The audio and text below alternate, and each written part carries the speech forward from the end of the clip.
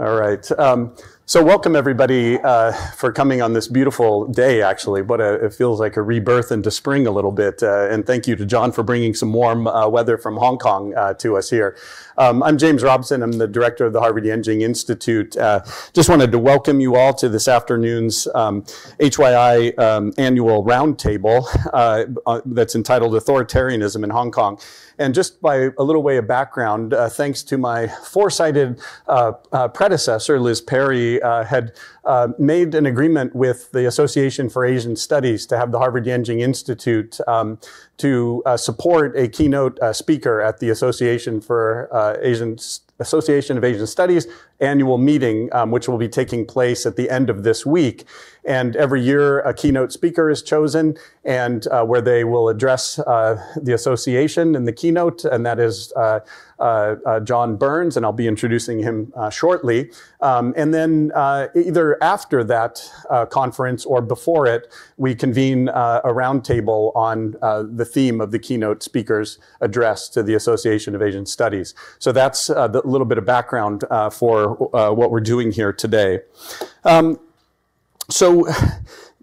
think most of us have a kind of special feeling for Hong Kong. It's a very different place. I think it hits you even before you arrive into Hong Kong.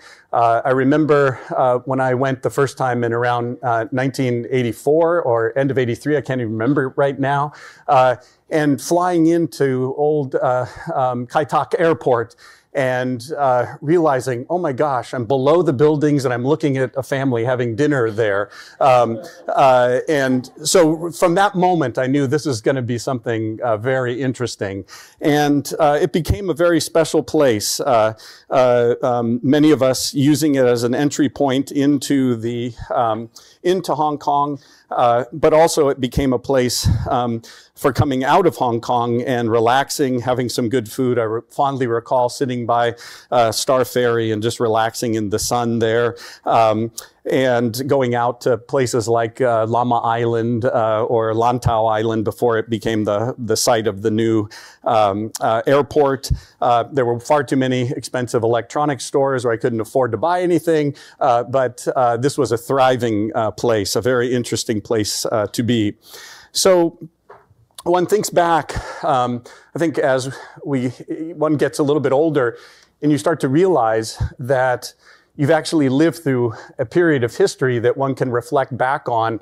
And you realize that throughout that over 30-year period, that these little events or little things that have happened along the way start to add up to something that is actually somewhat historical and only can see them, at least for myself, see them in retrospect.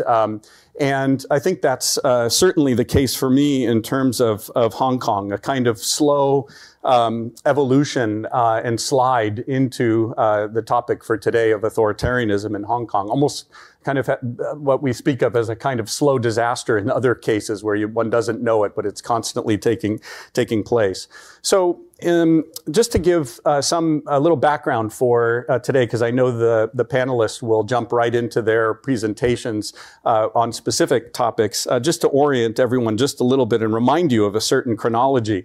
So in 1984, and I mean that the real year, not that one in Orwell's book, though you would be forgiven to mix them up, China pledged to preserve much of what makes Hong Kong unique when the former British colony was to be handed over in 1997. So it was stipulated that Hong Kong would be able to maintain a separate legal system under a framework known as One Country, Two Systems until the year 2047. According to the basic law, quote, no department of the Central People's Government and no province, autonomous region, or municipality directly under the central government may interfere in the affairs which the Hong Kong Special Administrative Region administers on its own, end of quote. So we realize now that we are now more than halfway through that transition period, and it's clear that Beijing has taken increasingly brazen steps to encroach on Hong Kong's political systems and crack down on dissent. I think thinking through that chronology, one can remember back, and one could actually start much earlier, but let's just take 1989 first, then 2002, 2004 protests, 2012 when you had the anti-national education movement, and then, of course, 2014, the Occupy Central or the Umbrella movement, 2015 when the publishers were arrested, 2016, and then, of course, the massive protests in 2019 that were kicked off with the anti-extradition law that was protested against, and then, of course, in 2020 as well, when Beijing imposed a sweeping national security law in Hong Kong. And since then, authorities have arrested dozens of pro-democracy activists, lawmakers, journalists, and also limited the voting rights of the citizens, and also limited the freedom of the press and speech as well. In March of 2024, Hong Kong lawmakers passed Article 23 and additional security legislation that further cements China's rule on the city's rights and freedoms.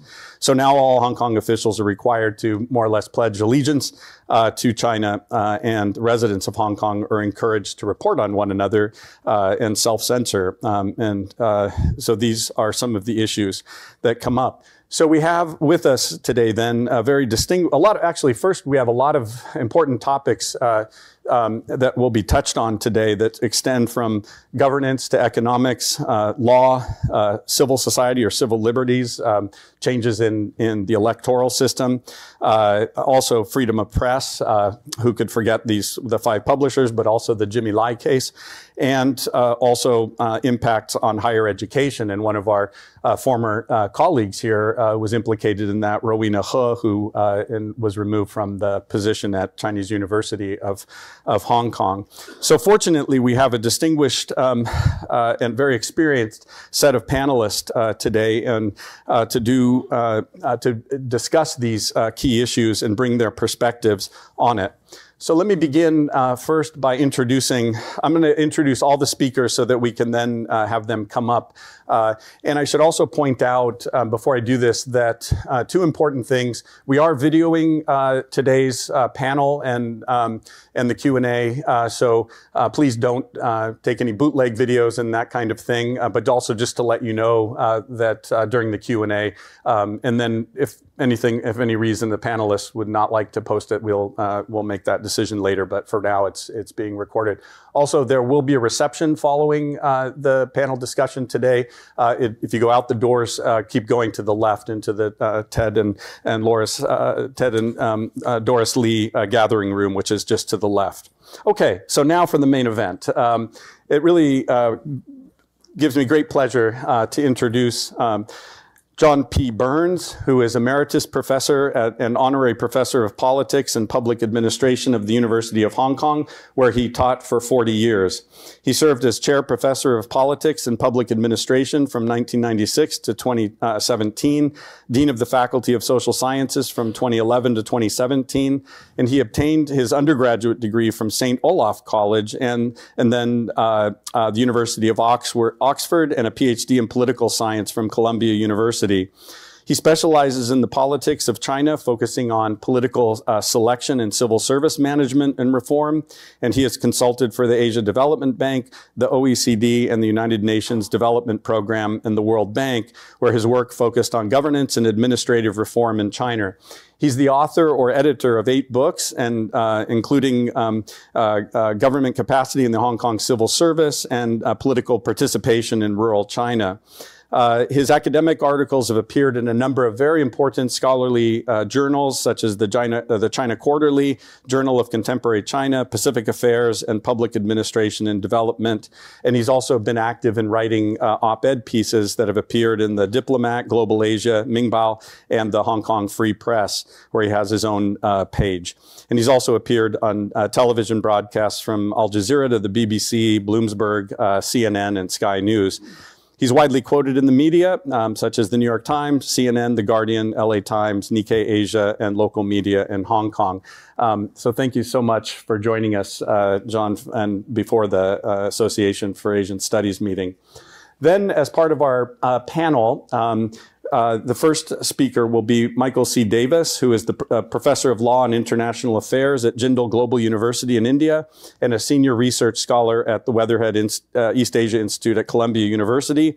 He's widely sought after as a scholar on human rights in Asia and also holds non-residential fellowships at the Liu Institute of Asian Studies at the University of Notre Dame and the Center for Comparative Public Law at the University of Hong Kong. He was previously the Regan Fassel Democracy Fellow at the National Endowment for Democracy and the Shell Senior Human Rights Fellow at Yale Law School. A professor of law at the University of Hong Kong until late 2016, he's also held distinguished visiting professorships at Northwestern University, Notre Dame, Case Western Reserve, and his books include Constitutional Confrontation in Hong Kong, Human Rights and Chinese Values, and International Intervention in the Post-Cold War. He's also contributed many commentaries and analysis to newspapers like the Washington Post, New York Times, South China Morning Post, and the latter for which Amnesty International and the Hong Kong FCC awarded him a 2014 Human Rights Press Award for commentary. So thank you for joining us, Michael. And next to him is Victoria Tin Bor Hui, who is an associate professor in the Department of Political Science at the University of Notre Dame. And she went from being a first-generation college student studying journalism at the Chinese University of Hong Kong through an academic, and then through an academic exchange program, went to Georgetown University to earn her PhD in political science, and to earning her PhD in political science at Columbia University before ultimately joining Notre Dame as a faculty. Professor Hui's first research paradigm examined the impact of violence on the historical evolution of China, where she published a book entitled War and State Formation in Ancient China and Early Modern Europe, and which challenges conventional Chinese wisdom by arguing that the unification of the warring states was not a natural progression, but a result of domination strategies. She's also published various articles and chapters on Chinese politics and international relations, including Getting Asia Right, De-Essentializing China's Hegemony in Historical Asia. But beyond her historical research, Professor Hui analyzes the dynamics of resistance and repression in global struggles for freedom, particularly in Hong Kong. And between college and graduate school, she worked in the city's pro-democracy movement. And since the Umbrella Movement in 2014, she's become a scholar activist, writing extensively on protest and repression, testifying before Congress, and providing commentary in international media. Her writings include Crackdown, Hong Kong Faces Tiananmen 2.0, and also The Bad Birth and Premature Death of One Country, Two Systems in Hong Kong. Her contributions extend beyond academia, and she co-founded the Hong Kong Democracy Council to advocate for Hong Kongers in the United States and served as a fellow with the Congressional Executive Commission on China, supported by the Council of Foreign Relations in 2021 and 2022. Next to her is Rana Mitter, who is the S.T. Lee Chair in the U.S.-Asia Relations at Harvard Kennedy School. He's the author of several books, including Forgotten Ally, China's World War II, which won the 2014 RUSI Duke of Westminster's Medal for Military Literature and was named a Book of the Year in the Financial Times and The Economist. His latest book is China's Good War, How World War II is shaping a new nationalism. And his writing on contemporary China has appeared recently in Foreign Affairs, the Harvard Business Review, The Spectator, The Critic, and The Guardian. And he has commented regularly on China in media and forums around the world, including the World Economic Forum at Davos. And his recent documentary on contemporary Chinese politics, entitled Meanwhile in Beijing, is available on BBC Sounds. He's the co-author with Sophia Gaston of the report Conceptualizing a UK-China Engagement Strategy, and he won the 2020 Medlicott Medal for Service to History awarded by the UK Historical Association and came to Harvard after teaching at Oxford and as a fellow of the British Academy. And then finally, on the end, is Kelly Tsai, who has become the new dean at Northwestern University's College of Social Sciences Humanities, which she assumed that position just over a year ago, February 26th of 2024. And her career spans leadership roles in higher education, most recently as Dean of the School of Humanities and Social Sciences and a chair professor of social science at Hong Kong University of Science and Technology. At Hong Kong University of Science and Technology, Dean Tsai served as an associate director of the Center for AI Research and a founding director of the center's AI Ethics and Governance Lab, where she brought the social sciences and humanities into conversation on ethical uses for AI. Previously, she spent 13 years at Johns Hopkins University as a professor of political science, vice dean of the humanities and social sciences, and director of the East Asian Studies program. She's also an international board member of the Asia Research Institute at the National University of Singapore and the India-China Institute at the New School for Social Research in New York City. Dean Tsai's research focuses on the political economy of China with an emphasis on party-state capitalism and the surveillance industry and the local development impact of reverse migration in China and India. She holds a BA in political sciences from Barnard College and a Master's of International Affairs from Columbia University's School of International Public Affairs and a PhD in political science from Columbia University. So that is the entire panel, and now I would like you to join me in welcoming Professor John Burns to deliver the first talk today. Thank you very much, John.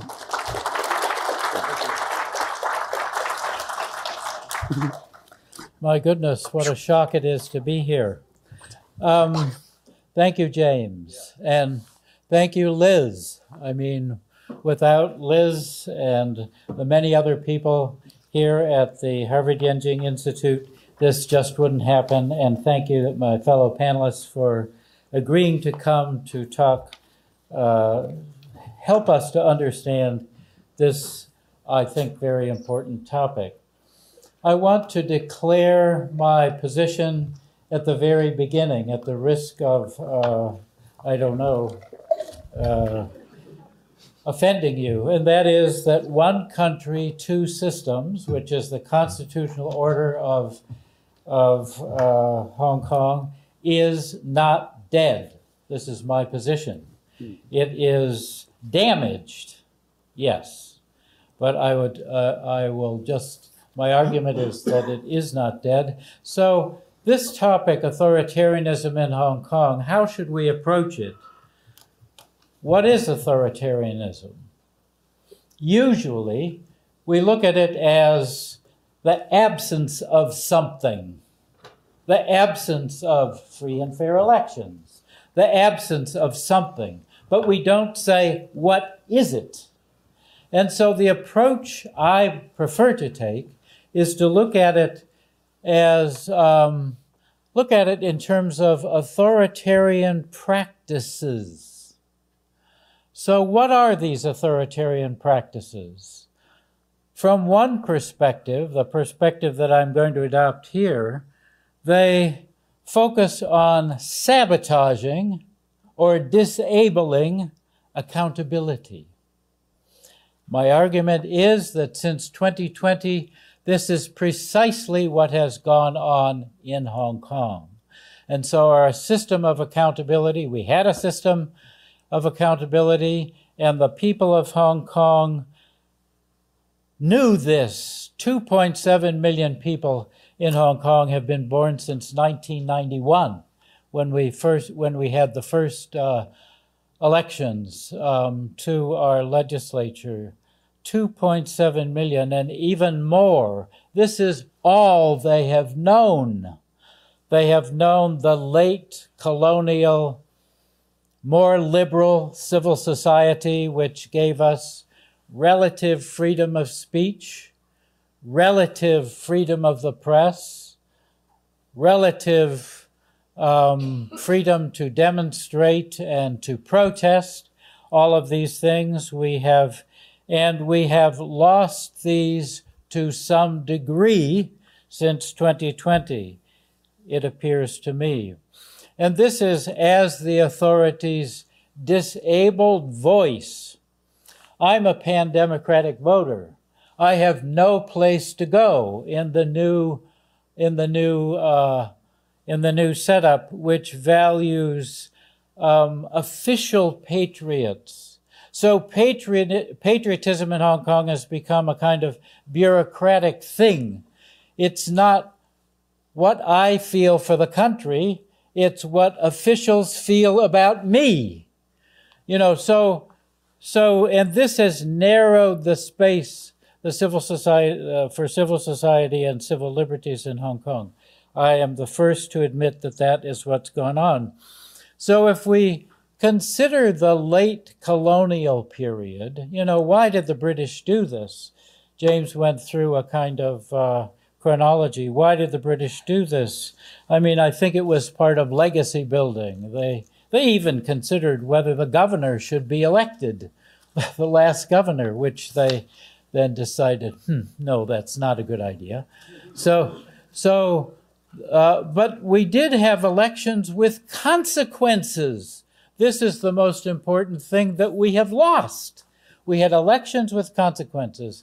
And what were these consequences? We had elections where we could vote for, where there was real competition, let's say that. There isn't now. There's curated competition, I would say. We had elections where citizens nominated the candidates. Now we have elections where the party nominates candidates. We had elections where there was, producing a legislature that could vote against the budget.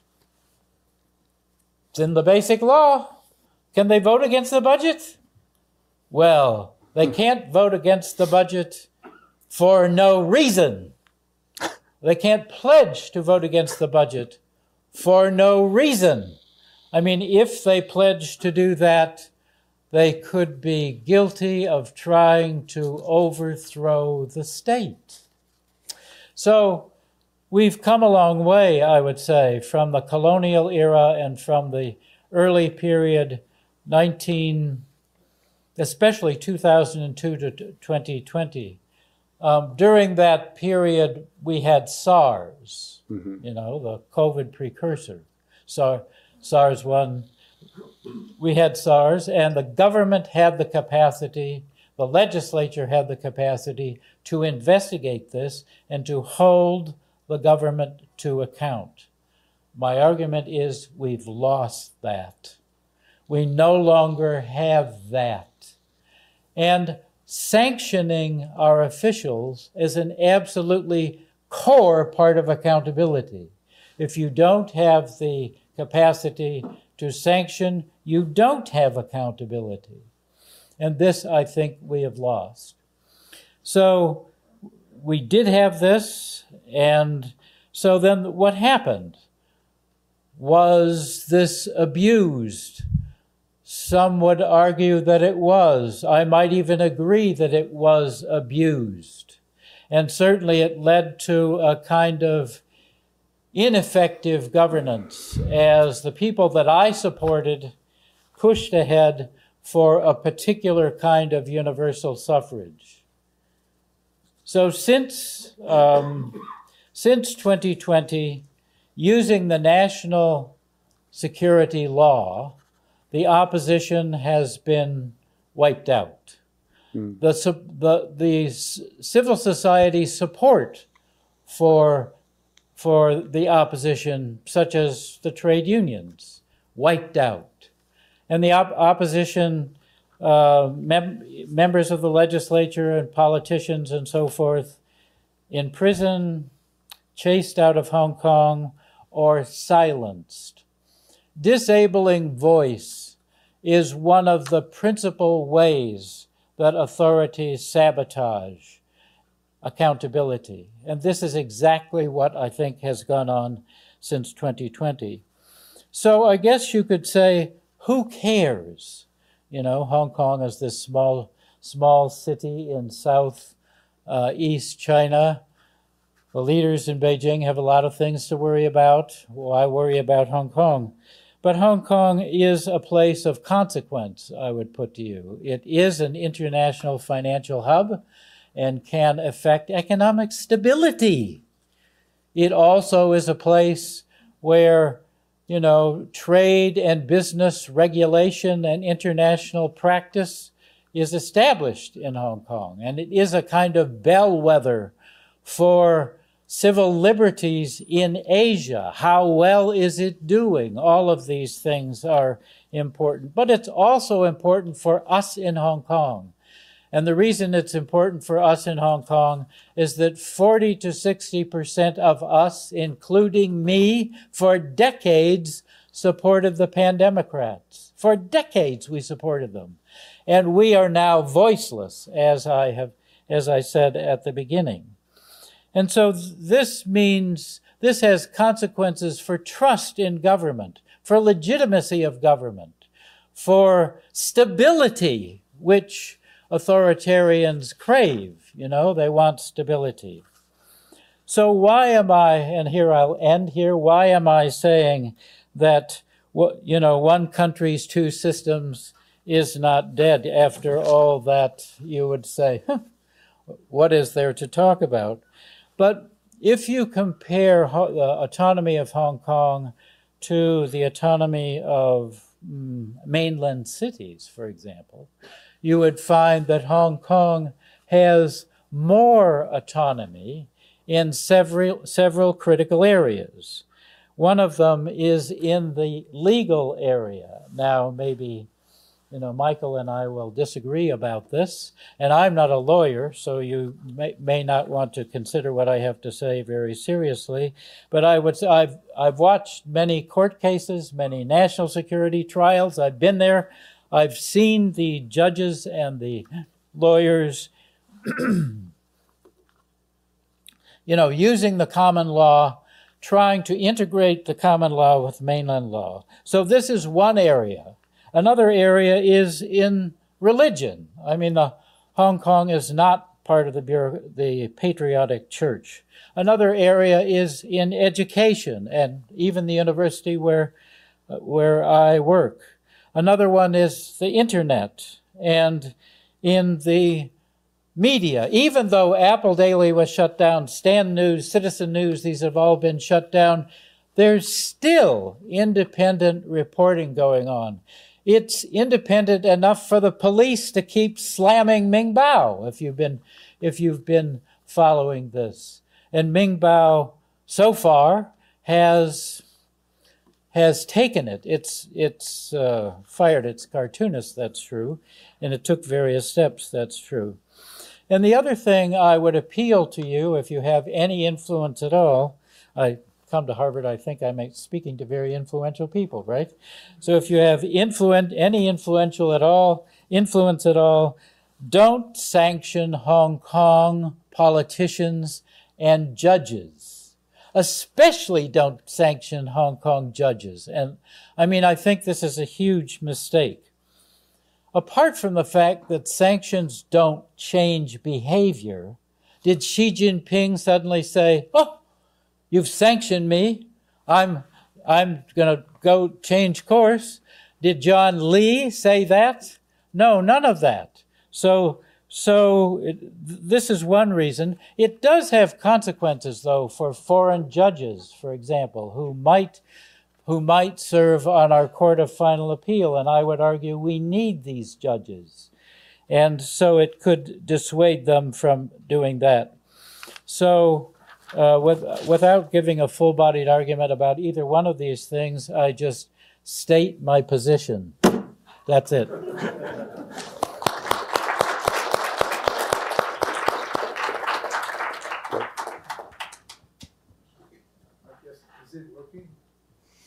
Okay. Yeah. Yeah, they're all lit up. I'm not quite sure they're all on or not. I should mention just a little bit on my bio. I apparently didn't see the bio. It's about 10 years old. Oh. But there's a book that's out now that I even give a book talk at the Kennedy School recently called Freedom Undone, The Assault on Liberal Values and Institutions. And I mention that because I think that's relevant. It's Columbia Press, if you're interested. It's in my abstract, I think, a link to it. But I think it's important because I think at the heart of this, and I am a skeptic about John's argument whether one country, two systems is dead or not. It could be semantical to say it's not dead or it is dead, because at the end of the day, that may be what do you mean by dead and what do you mean by one country, two systems. But as his own talk presents, a lot of it, accountability is gone. And I think the accountability that we're talking about is a kind of liberal accountability. Hong Kong was and the subtitle of the book, The Assault on Liberal Values and Institutions. It was a liberal accountability. Institutions that would hold the government accountable have been degraded. And I often like to start my talks by quoting Chow Hong Tong, who says that Hong Kong is not just an anomaly, it's a warning. So in the United States today, I kind of take this warning seriously with what's going on with assault on liberal institutions as well. And this is a problem democracies are having around the world. So in the book, I kind of pitch it as an idea that Hong Kong provides an example of the outcome of that. And that is the outcome which John described, is that people can't hold the government accountable. They don't have free and fair elections. The rule of law can be challenged. Is there some of it surviving? Not a lot. And so what I did in the book, and I started out, and I connect this mostly to China's policies. And I think China, in the case of Hong Kong and at home, it tends to intertwine two themes. One is a view that liberalism is an existential threat to China. And the other is to emphasize national security as the cure to stop this liberal threat. And I think that's at the heart of what China at home was doing. I mean, in 2012, it already issued a Document 9 that most in this room have heard of that suggests that professors and teachers should not even teach these liberal values. And then it gets more serious after Xi Jinping's power becomes more serious, where he introduces in 2014 a comprehensive national security concept. And what's interesting about it is it targets some 20 different areas of social life in China, so that almost nothing is not about national security in China, okay? And what I argue in the book is, in a way, what they've done is they've imported Xi Jinping's national security concept into Hong Kong, okay? So I think that's the danger Hong Kong has. And I can say this because the second interference where Hong Kong passed its own national security law, there was a white paper. And the Hong Kong government went on at great length in this opening two chapters of the white paper, praising the mainland, a whole society approach to national security, okay? And this approach, they even identified these 20 different areas of society. So what I would say is China, when it comes to national security and why this connects to liberalism, is China, in a way, the officials in Beijing view the Chinese people as the biggest threat to national security. That if they have these ideas on board and try to move forward on them, whether it's judicial review or other liberal accountabilities, a free press, that the Communist Party will be overthrown. And so what I think happened is they introduced that to Hong Kong. And I think in doing so, they kind of, they in a sense, overturned the constitutional order in Hong Kong. If you look at the Sino-British Joint Declaration and the Basic Law, it was a bit short on democracy, but pretty strong on these accountability institutions, on the rule of law and all of that. And these are, in effect, Hong Kong was a liberal place. So is that the heart of one country, two systems? I would say it is. Now, some people would say, well, China couldn't have intended that, the Communist Party and so on. Well, they didn't intend it. They shouldn't have written it into the Sino-British Treaty and the Basic Law. They clearly did. And so there's all these elements, and I don't have time in 10 minutes to go through them, but the book goes through them at great length. And it also engages with the people of Hong Kong. I would argue over the years, Hong Kong democracy protests have been as much about these liberal institutions as they've been about democracy. And why? Because they felt that the Hong Kong government really didn't have genuine autonomy, that Beijing was increasingly influential in Hong Kong. And so the only answer to all of that is to, in effect, institute democracy so that there's a government that would serve the people and not just answer to Beijing, okay? Why do you want that? Well, when I first came to Hong Kong in 1985, it was interesting to people. I asked my class, what would you like the future of Hong Kong to be?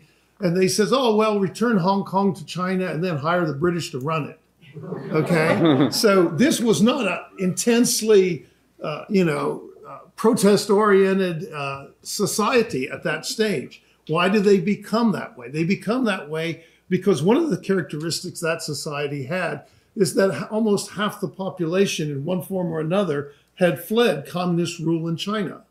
So they knew especially what they didn't want if they wasn't sure what it would look like and how to achieve it, because there's a learning process. Even Americans don't know what their constitution guarantees. So you can't expect Hong Kong people to be above that. But at the end of the day, they knew that the answer to preserving Hong Kong's autonomy and the reason to preserve it was to preserve the rule of law.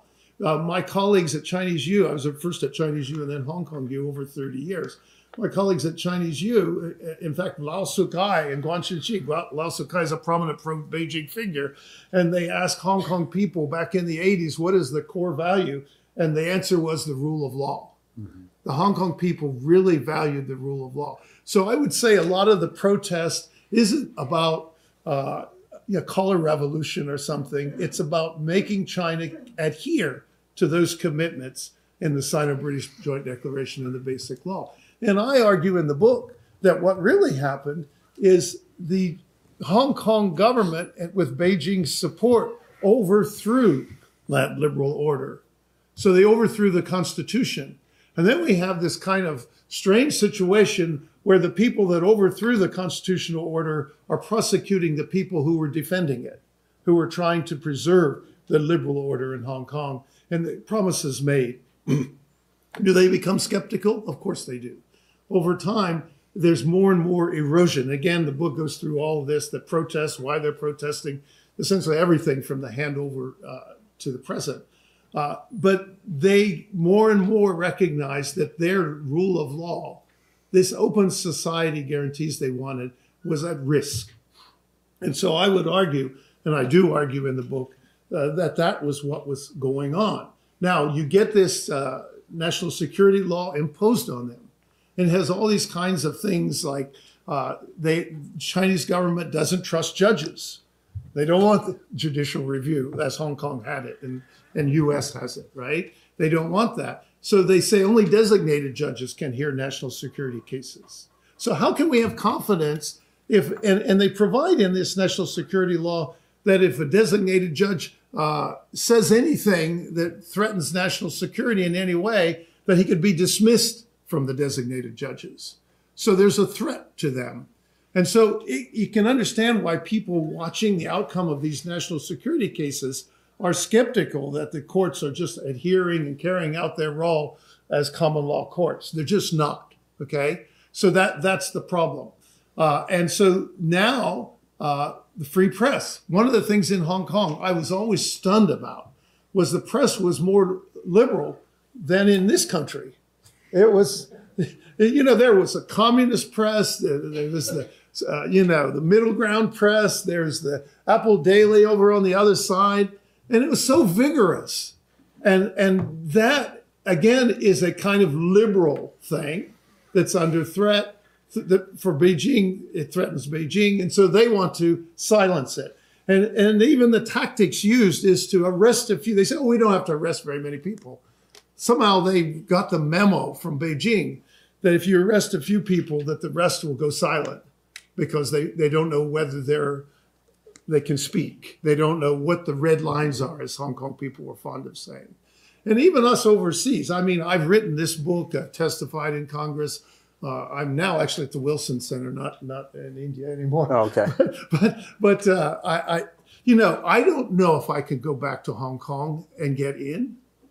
I'm not going to chance it because I don't know if I get in, if that's a good thing, whether I can get out. But this is a problem. I mean, I was a member of the Article 23 concern group back in the days. So I was very much, like John, supportive of and very much involved with the democracy movement. It wasn't a violent movement. It was a movement trying to give substance to the guarantees that were made. So that was done in the national security law. They even violate what was read by our colleague here at the beginning, that mainland departments should not interfere in Hong Kong affairs. Well, now they set up mainland departments, an office for safeguarding national security in Hong Kong. And they set up a committee for our safeguarding national security that's directly under the Central People's Government, okay? And it has an advisor, in quotes, okay, a supervisor. So that's kind of what's happening. So you can see why people who tried to stand up for democracy, that 40, 50, I'd say 55%, that they are skeptical about whether they can speak. And of course, they want to not be in jail. So it's a sad point when I'm interviewed often is all my friends are in jail or in exile. So this is not that's not one country, two systems promise that was made. Is Hong Kong becoming another mainland city? I would say no. It's becoming more like Xinjiang or Tibet, because it is a place like there that has a resistance, that people who are really not just neutral on things, but they are standing up and they have stood up against them. So that's, of course, we know true of the Tibetans. It's true of the Uyghurs. So in a way, it's hard to say it's just becoming another mainland city. I fear there's something much worse going on. And so I've really done what I can do in 10 minutes, and I'll pass it on to Victoria. Great. Thank you.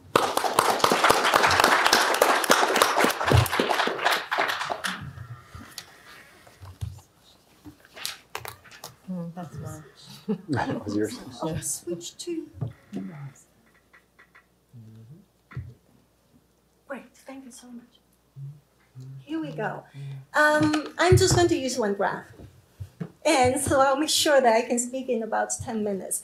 You guys want to sit over there so that you can actually see the graph? Yeah. We can see it. Okay, all right. Yeah, we're good. I know this graph. Okay, so I think, I remember, so when I talk to people who still live in Hong Kong, I think a lot of them all agree with John that Hong Kong is not dead. But at the same time, we can see that, one country, all of these indexes plunge. And they are not at zero. If that means that, you cannot breathe anymore, they are not at zero, but they are very close to zero.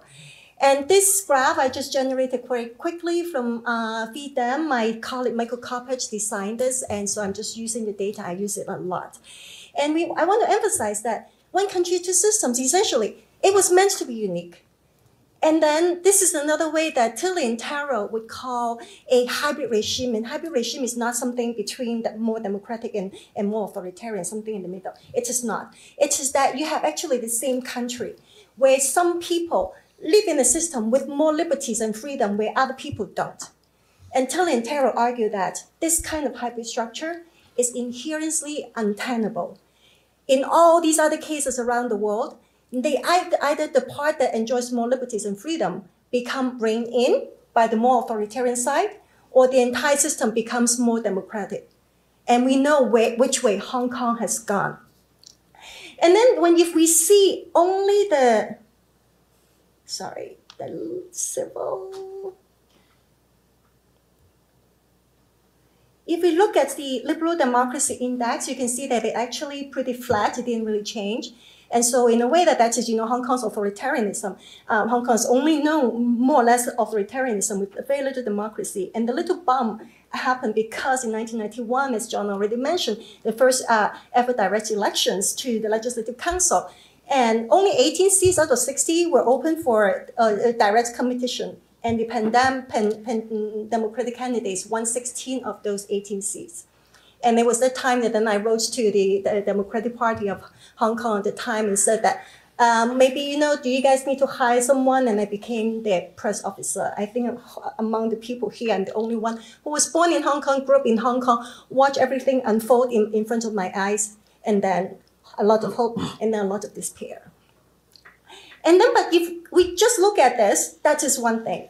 But Hong Kong's one country, two systems model, the difference is that it was also the world's only model with freedom but without democracy, with civil society without democracy. We look at all of these other indicators, the rule of law, all these other indicators, the rule of law, academic freedom, civil liberties index, liberal components indexes, basically anything that we associate as, elements of liberalism, they're always very high. So this was the system that we saw, but then recently they all plunge. What is also interesting to see is that as we look at the graph, the increases actually went up again around the time of 1991, but the collapse, the plunges happened a lot earlier than 2019, a lot earlier than 2020. And in a way, if we think back, the Hong Kong people for a long time was talking about mainlandization of Hong Kong system becoming eroded. Hong Kong people were also talking about we are like frogs who would, if you put frogs in a pot of warm water and then you turn up the heat just a little, the stupid frog doesn't know. But if you turn up the fire, the frog will jump out and cannot get killed. So a lot of these analogies really explain that a lot of those liberties were already coming down. And in a way that a lot of things happen also around the time in this, basically for the most of the 2010s. But it is also interesting that since Kralik is going to talk about academic freedom began to plunge ahead of most other indicators. And the rule of law began to plunge the last. And now it is also really coming down very close to zero. And then I also want to, the second point I want to really make is that, what explains this?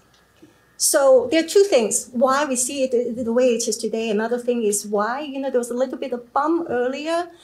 John earlier mentioned that, why did the British introduce some kind of democracy? Is it about the guild? Is it about the legacy? Now, I was in Hong Kong in 1984. I was still in high school, and we were put in a classroom, and we were all watching this television. Even in the whole stadium, the television would be like this size in the corner of the wall. And we all watched the signing of the Sino-British Joint Declaration. We didn't know what to make of it. But then immediately, we participated in a lot of these discussions. Wow, we were not involved, we were not invited, we didn't have a seat at the table. Beijing wouldn't allow that. But the Sino-British Joint Declaration also says that it's going to be Hong Kong people ruling Hong Kong. So I'm 18, and then, maybe I'll get to actually have a say. And a lot of my classmates, when we got to university, we got together, we formed these discussion clubs, we went to rallies, we did everything in order to get our voices heard. And it was actually our demand that there should be direct elections in 1988. And that was killed by the UK government under the pressure of the Beijing government. And so it didn't really happen until 1991. And then only 18 seats out of 60 seats were open for geographical constituencies, direct elections. And so another thing this is also important is why, a lot of things actually were going flat until more recently, until the past decade or so. I want to highlight the importance, the centrality of Tiananmen as the original scene of what has happened. Mike Davis earlier said that liberalism is like an existential threat for Beijing.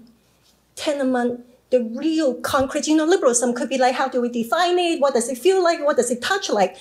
Tiananmen is something everyone can feel, everyone can touch, everyone knows what it means. In May and June 1989, Hong Kong people had this slogan, today's Hong Kong, today's Tiananmen, tomorrow's Hong Kong, the other way. And why? If they could kill their own people today, they would just kill us all. After the handover. And so for Hong Kong people, the call for direct election for democracy was already really brewing before Tiananmen, the call for direct elections in 1988.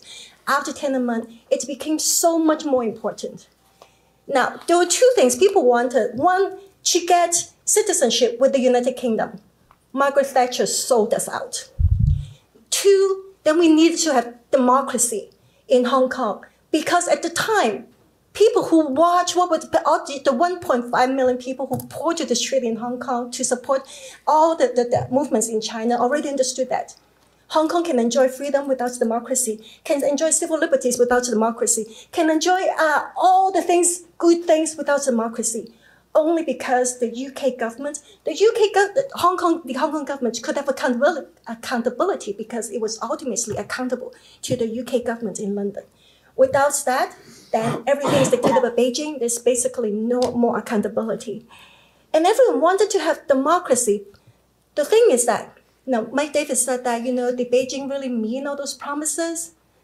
I think that maybe they did in 1984 when they signed the Sino-British Joint Declaration. But think about it is that at the time, they made promises to Hong Kong people. You guys can go horse racing as usual. You can go dancing as usual. Huh? Telling someone who was like 18, 17, 18, we don't care about horse racing or dancing. You are treating us as these decadent capitalists who don't know anything. The only thing we care about is making more money. This was how Beijing leaders view Hong Kong people. You guys don't care about the freedom and democracy. You only care about, enriching your own pockets. That was the idea.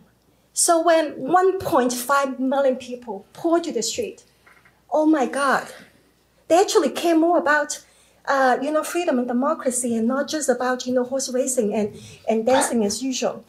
That was when everything turned wrong. On the one hand, Hong Kong people wanted democracy in order to preserve freedom. Beijing was like, we absolutely cannot allow democracy. And so we are seeing this gap between democracy and freedom playing out over time. For 2 decades, Beijing denied Hong Kong democracy. Baby step, and then stop, and stop, and stop. And then at the same time, Hong Kong people had the freedom to keep marching on the street on January 1st, June 4th, July 1st, October 1st. And those protests got bigger and bigger as the crackdown got more and more severe. And Beijing didn't like that. Hong Kong people enjoyed the freedom to demand democracy that they had absolutely no determination, no willingness to give. And therefore, ultimately, we see the killing of freedom along with the absence of delivery of promises of democracy. And so this goes back to really Tilly and Terrell's arguments that this hybrid system is not sustainable. It is just going to get killed.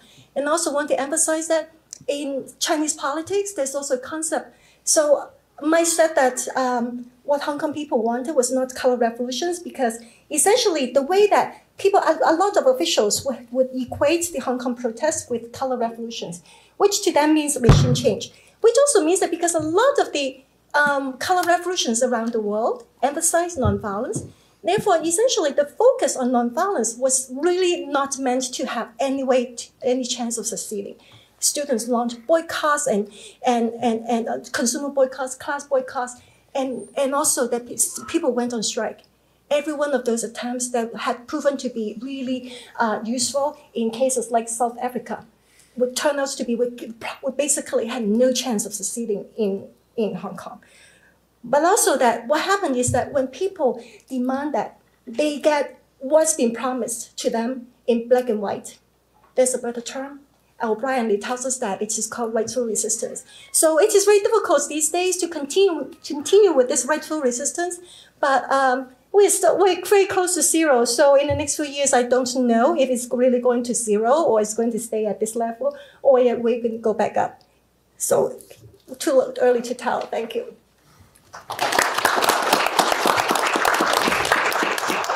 Thank you. Donna?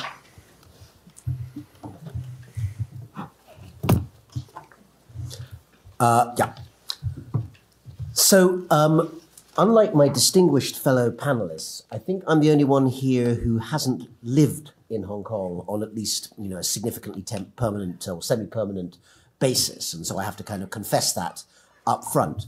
But like many of all of my fellow panelists, and I think like the rest of you or most of you here, I've been visiting Hong Kong and have had ideas about Hong Kong for a very long time. In fact, I think I remember seeing the first film I ever saw set in Hong Kong just a short time before I visited it for the first time in the late 1980s.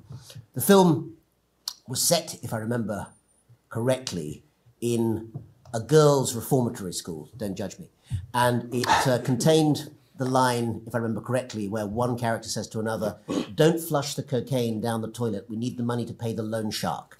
I have to say that arriving in Hong Kong in real life was, let's say my expectations were raised by seeing that film. And what I found there was not perhaps quite a literal rendering of what happened in that film, or at least not so far. But I've exchanged that for, I think, the most important an extraordinary phenomenon which Hong Kong was for a very long time and which I think Victoria alluded to in her comments, which is that it was, in political science terms, and we are, of course, in a university, so I think we should pay a certain amount of tribute to political science, an anomaly, a genuinely liberal polity that was not, in a meaningful sense, democratic. And the number of entities that fit into that particular part of the Venn diagram is very, very small indeed. If Hong Kong is not unique, it's certainly very rare indeed. The other way round, systems which have electoral multi-party democracy, but which are rapidly losing their civil liberties, are sadly commoner and commoner on pretty much every continent around the world today.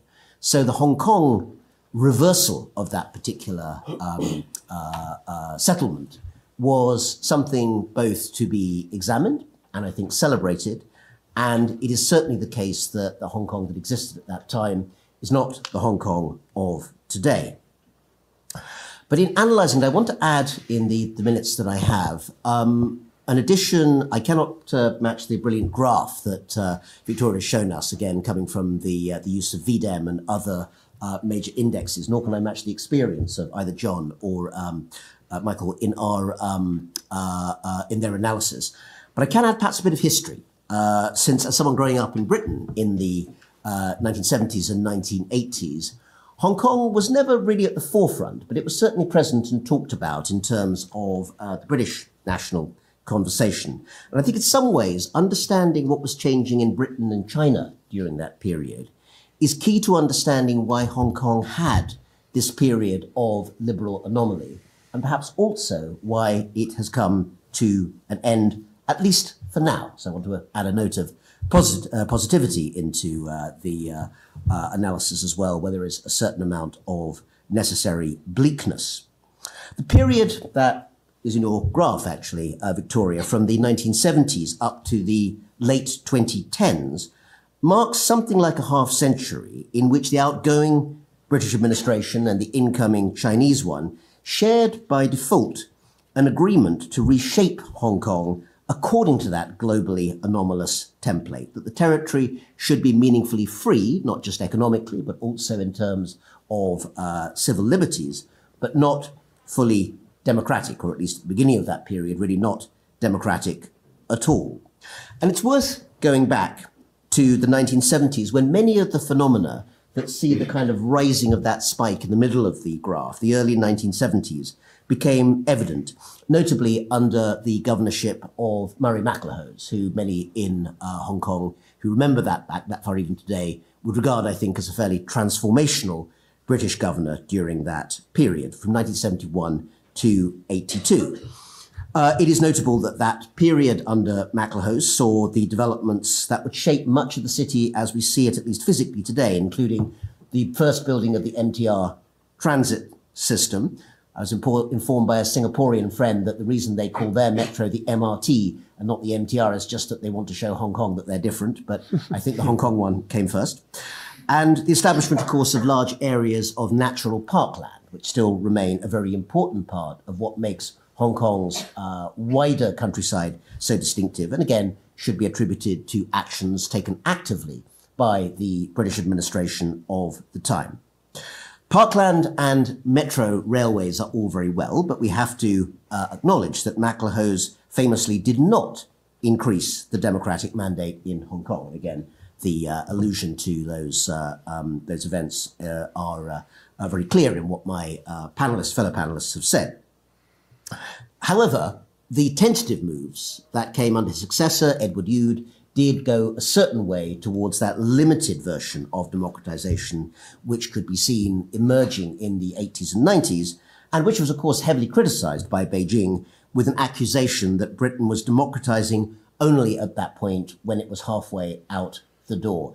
Particular aficionados of Hong Kong history, I see some in the audience here today, might remember that I think way back in 1947, Mark Young, once he had been released from the Japanese prisoner of war camp, where he'd been held during World War II, did tentatively put forward some plans for democratization, but a combination of the spillover of the Chinese Civil War and a reluctance in the British Attlee government, which was already engaged in giving independence to India, didn't want necessarily more troubles on its doorstep at that time.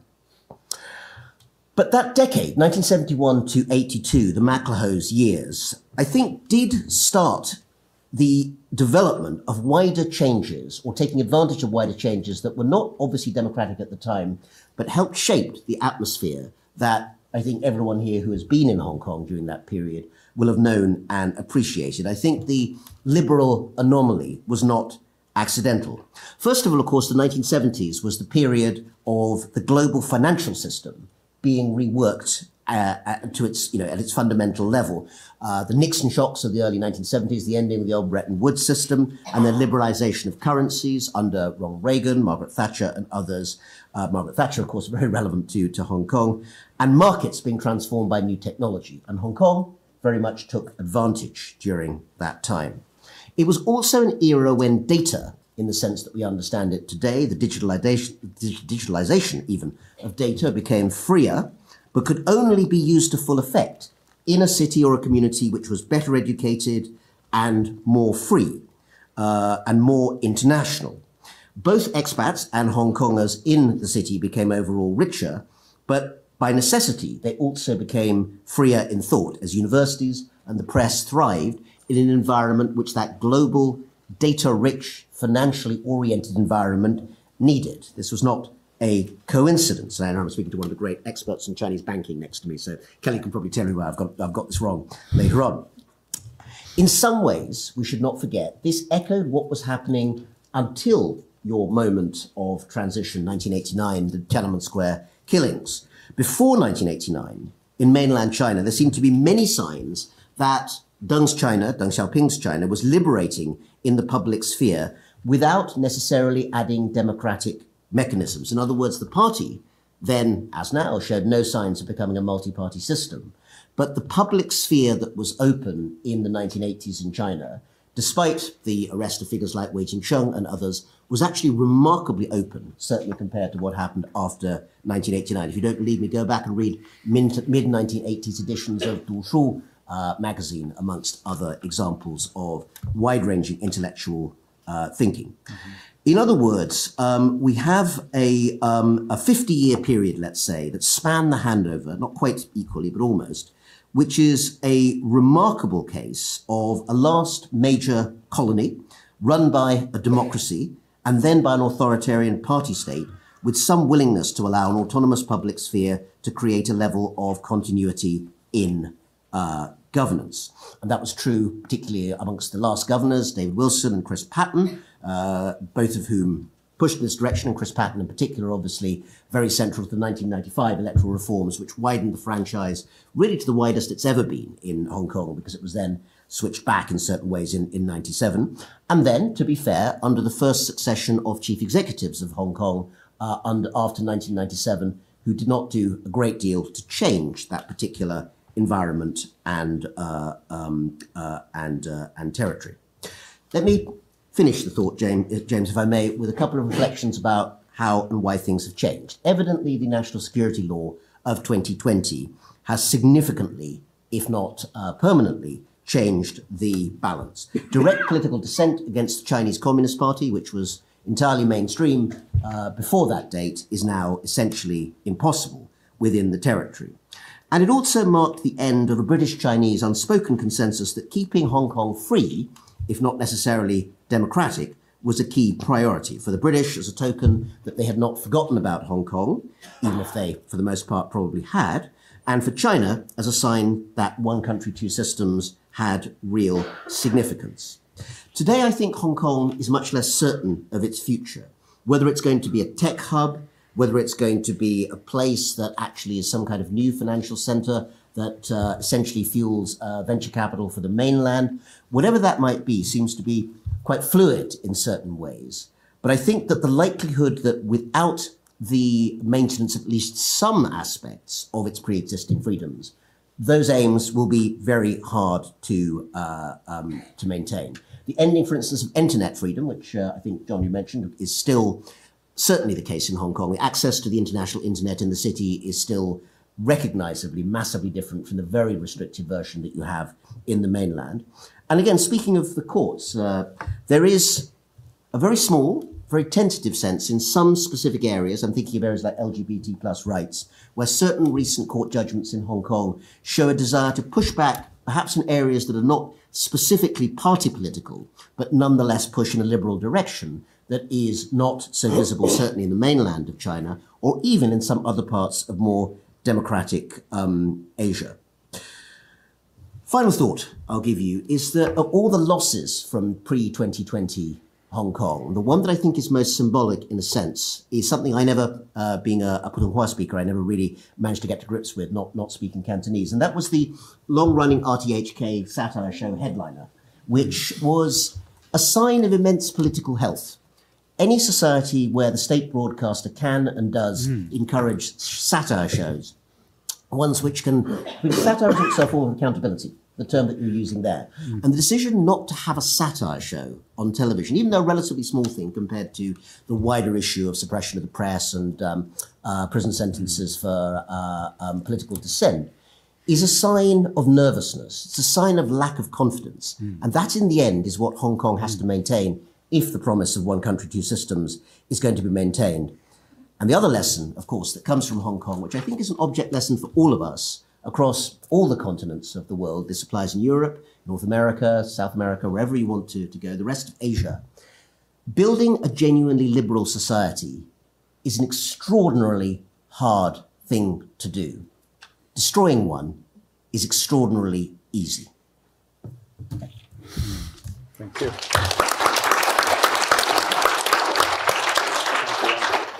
Thanks, Rana.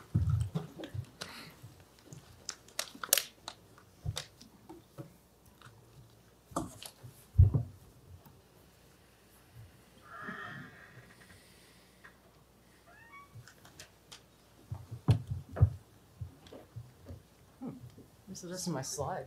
Oh, I have to click through it. I didn't know that was all animated. Okay. Well, fortunately, there are some things that the previous panelists haven't already discussed. Thanks so much for including me on this panel. A full disclosure, unlike the panelists who have published books and articles on Hong Kong and also contributed significantly to the field of Hong Kong studies, my research is really focused on the political economy of China with some comparative work involving India. I'm not a Hong Kong studies specialist.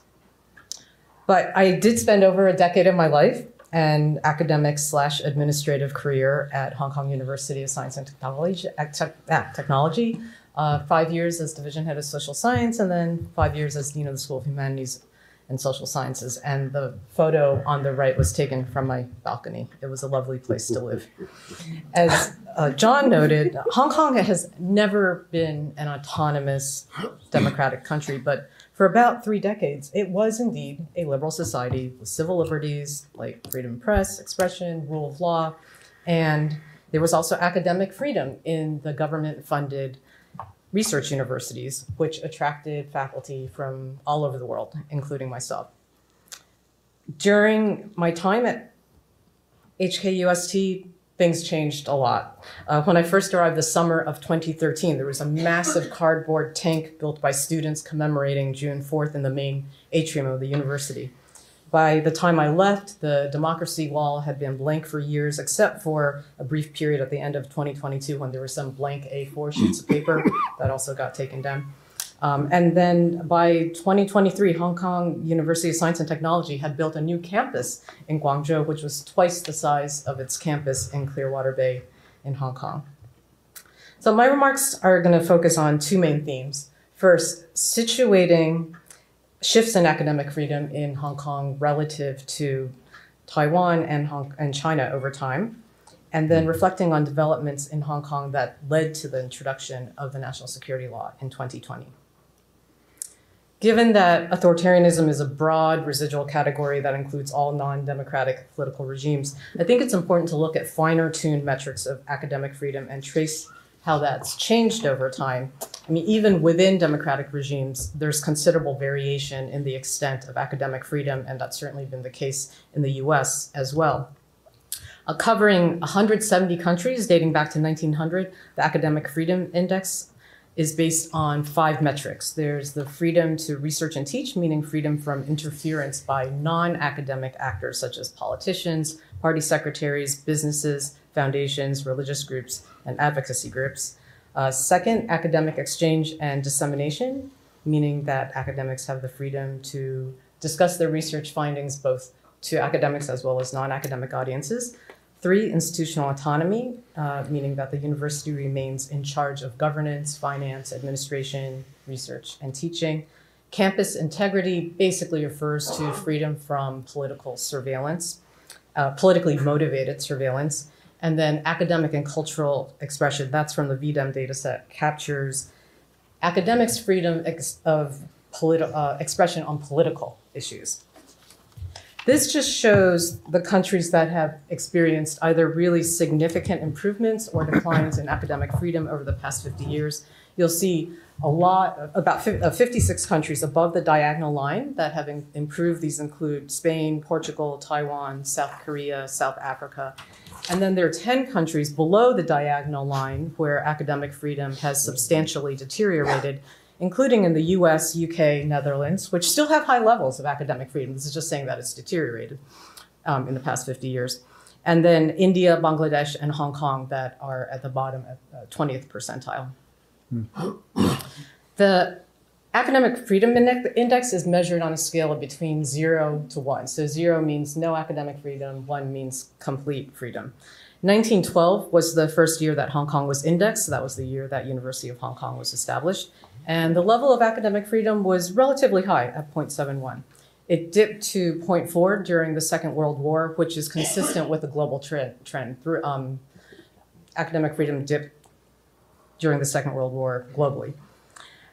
Then Hong Kong's academic freedom peaked at 0.89 between 1995 and 1999. That's really flanking, just coinciding with the years just leading to the handover and right after the handover. If you look at the difference between the last two rows on this slide, 2013, I put that there because that's the year I arrived Hong Kong.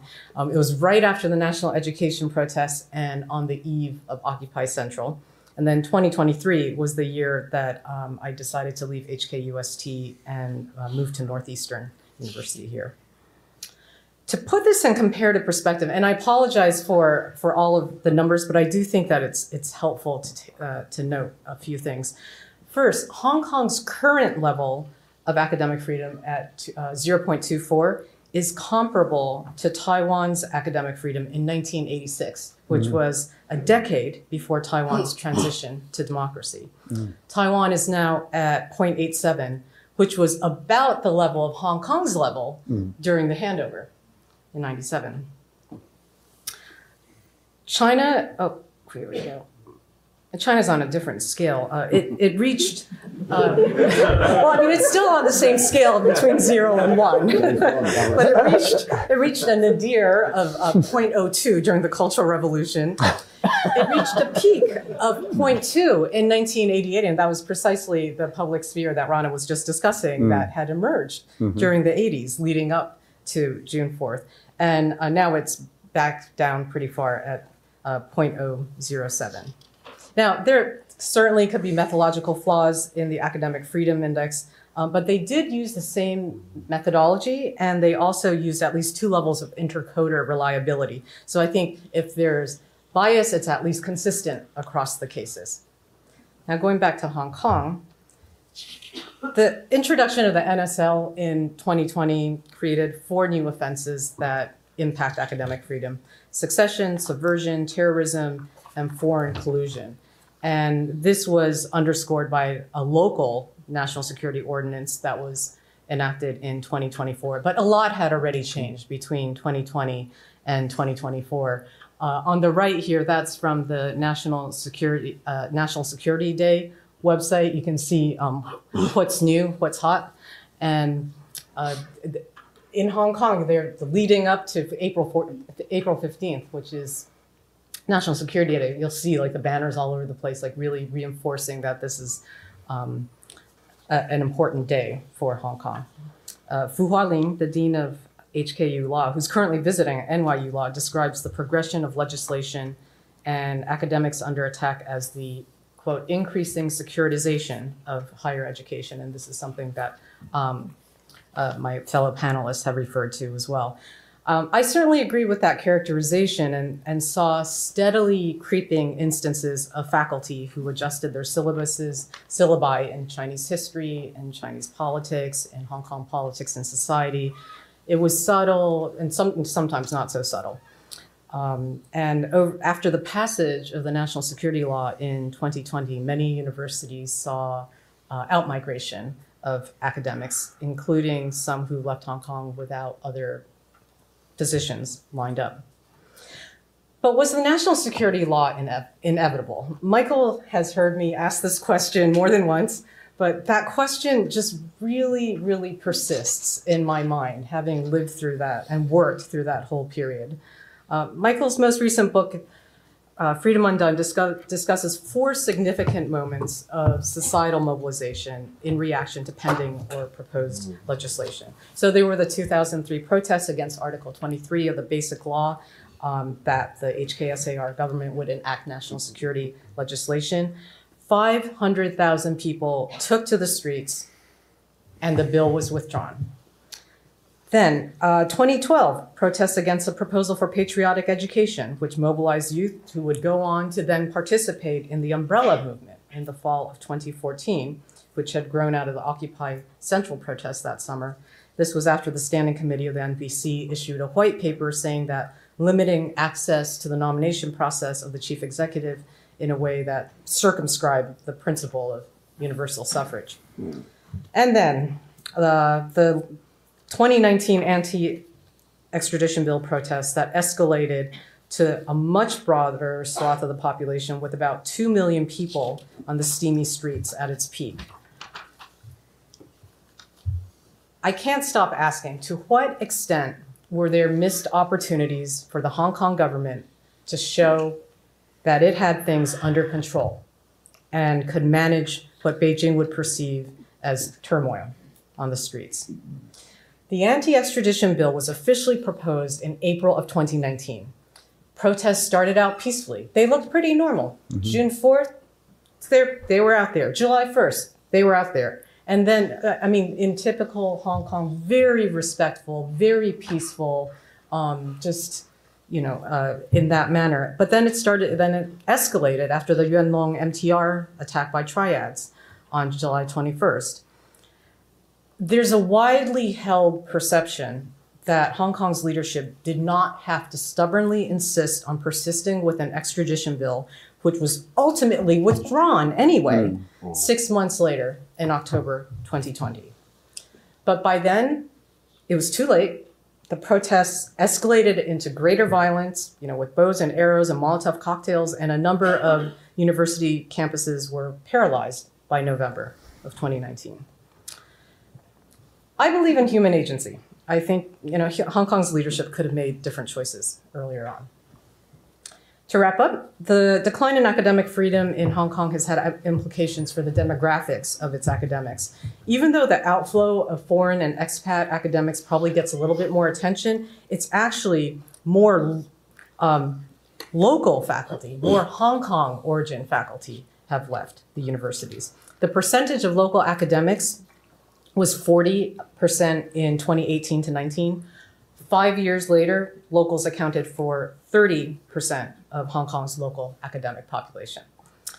Meanwhile, the percentage of mainland origin academics, many of whom who were recruited from the US, increased by over 70% during that same period, that same 5-year period. And here you can see that the gap between the mainland origin and local faculty is the largest at HKUST, Lingnan, and City U.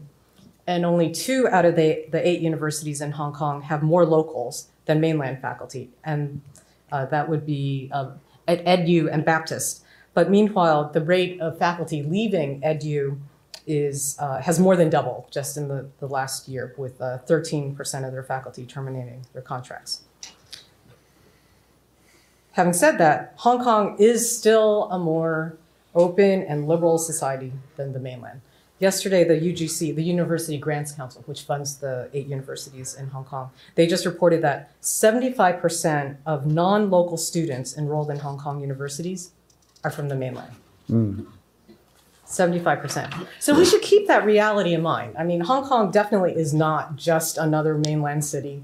It's still a bridge between the East and the West. And increasingly, it's also a bridge between mainland origin academics in the West who feel more comfortable in Hong Kong than either in the West or in the mainland. And I'll leave it at that. Thank you. Thanks, Kelly. That was great. So thank you very much to all the panelists for putting so many intriguing propositions on the table and covering the history. I wonder if John wanted to respond at all to what the panelists have said before we open it up to the audience for questions. Well, of course. I mean, I just want to put on the table that concepts like autonomy are relative concepts. So I heard Michael talk about genuine autonomy. So what is genuine autonomy? And so we're talking about relativities here, degrees of autonomy. And I think that's what Kelly was getting at when she was talking about academic freedom in the end. So, and then the second issue here to me is, well, what did the Leninists who were drafting the Basic Law understand by freedom of speech and all the rest that's in the Basic Law? So the same words appear in the Basic Law in Hong Kong and the Chinese Constitution. Exactly the same words, exactly the same language. And two different, I would put to you, two different understandings of what these meant. And these understandings, in my opinion, were fudged in order to ensure a smooth transition. I mean, neither the British nor the Hong Kong Chinese elite or the mainland elite investigated this in detail and pointed this out, I would say. But I think it must be clear to us that there was this difference of meaning here, what these concepts meant and what people understood by them. So there are of course other things that I could comment on, but I think I'll just leave it at that. Great, thank you very much, John. You know, it does seem, I think, in many of the points that you all have touched on about particularly the security issues and security law. I mean, from one perspective, I think one could say that the Hong Kong kind of legal system seems to be part of a larger global trend of autocratic legalism that empowers the executive branch to use laws and courts to achieve the government's political goals, but under the pretense of the need for security, right? It becomes we're an exceptional case. So what that has seemed to have happened in Hong Kong too is that you get a complete irregular moving of the goalposts. In other words, yes, we'll have free universal suffrage in 2017, and then no, the security situation's not right. It keeps kind of moving along, and that must be incredibly frustrating to be trying to operate under that if you're trying to hold people accountable for the agreements that have been made, but it keeps shifting away from those. So yes. One more, yes. I agree completely with Rana's point that we should see what's going on the mainland for trying to understand what's going on in Hong Kong. I mean, the securitization of everything is Xi Jinping. And so, yes, that has been brought into Hong Kong. And it's inevitable that it would be brought into Hong Kong, given where the geopolitical situation and the way the Communist Party is perceiving security these days. I don't see how Hong Kong could have avoided that. Yeah. One last point before we open up to questions. We tend to look at Hong Kong, how it's reacting to vis-a-vis China and that relationship. But I wonder if we could flip the vantage point and say, how is China looking at Hong Kong nowadays? So last week, Premier Li Qiang addressed the National People's Congress and they seem to be pushing an argument about attempting to use Hong Kong for advancing development by pushing international cooperation to address primarily economic problems on the mainland and sort of seeing Hong Kong as an opportunity there. And that seems to then run into the problem of the other movements that are happening in Hong Kong about a kind of patriotic, how would you call it, ideology that's there. So how is this going to look in the future, particularly in the international investment world? But perhaps that might be a hedge against some of the changes that are happening in Hong Kong if they see it as the place that might help out the economic problems that are plaguing the mainland. But I just throw that out because of the comments that were just last week in Beijing. So, yeah.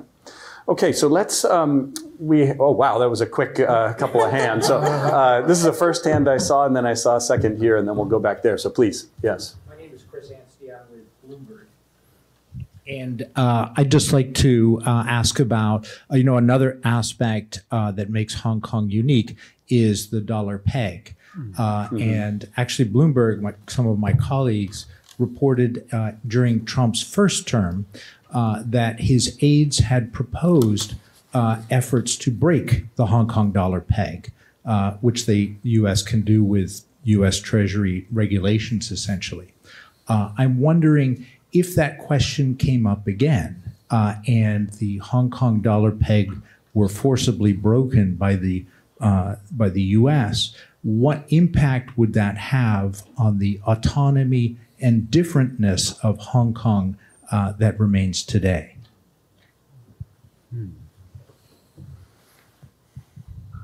Any takers? Good, Michael. I think it'd be fundamental. I think it's one of the key things that makes Hong Kong sort of Hong Kong, that it has a reliable currency. And I can't imagine how reliable it will be if they break the peg. But then I'm not an economist, but my view is that it would be pretty difficult. I think at the same time, people with money have already been hedging against that. A lot of people already have moved, they've moved their bodies outside of Hong Kong, and they have also moved their money outside of Hong Kong. And then at the same time, it's also like if there is even you don't even need the U.S. government to do anything, because even a lot of these traders, the Hong Kong's reserves have come down so low, and the budget deficit is so high that they don't even have enough weapons, bullets to defend the Hong Kong dollar if there's any effort to do that. So it's going to have important consequences. I agree that it would be fundamental if this was done, but I think that the Chinese government would do everything they could to prevent this, and that means let's make a deal. So when Trump puts something out there, so this is getting to the likelihood of it. It's not what would happen if, but I think it's not very likely, because this would be a devastating blow for China's understanding of the role of Hong Kong, at least in the near term. And Trump is only 4 years, am I right? So we don't know. We don't know. I see, okay. The perpetual Trump. Okay, so... Let's not leave that hanging in the air, then let's move on quickly to our next question here, please.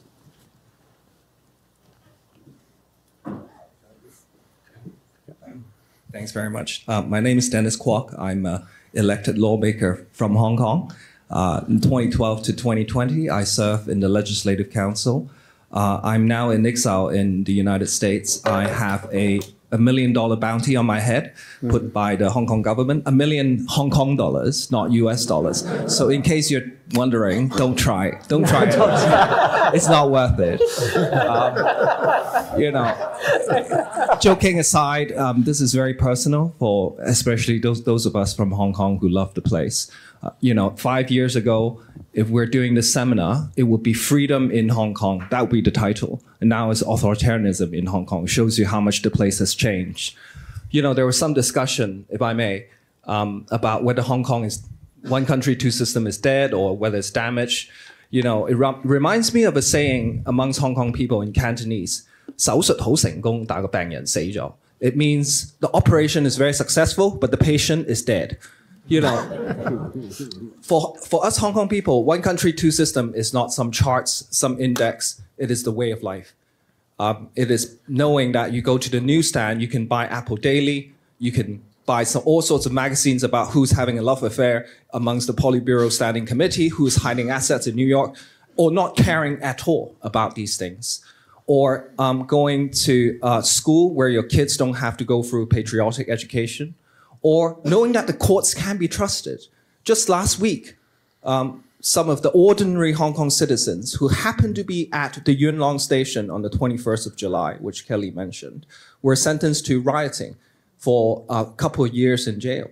All my colleagues are now in jail for pledging to use their elected position in the Legislative Council to vote against the budget if the Hong Kong government would not respond to the demands of the people. And what were those demands? Universal suffrage, as promised to the Hong Kong people under the Basic Law, our constitution. And they were using a right to do what?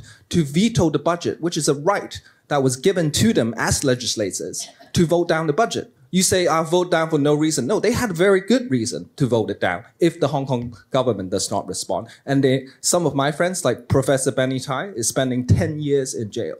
And some of my colleagues, 7, 8 years. I don't know when I will see them again. So this is very personal. This is not some abstract theory about, you know, it is important to think on that level. But, you know, my question is, you know, there's an elephant in the room that we've so far not addressed. The PEC is important. I'll you know, perhaps share with you offline what I think about the PEC. But it is Taiwan. Because remember, one country, two system was supposed to be the offer on the table for the unification of Taiwan, as originally designed by Deng Xiaoping. Now, after 2020, what happened in Hong Kong, the Taiwanese people have openly rejected the idea of one country, two system. My Taiwanese friends tell me that basically there's no constituency for one country, two system in Taiwan at all. You know, even the KMT, the most pan-blue politician in Taiwan, will not mention one country, two system. Not that the Taiwanese were very keen about the idea in the first place, but after they've seen what happened to Hong Kong, they're saying thanks, but no thanks. You know, Hong Kong was very important in the sense that it was an international financial center. It was, you know, a liberal city. But one thing, the geopolitical position of Hong Kong was very important in that it was the buffer zone for the stability of the region.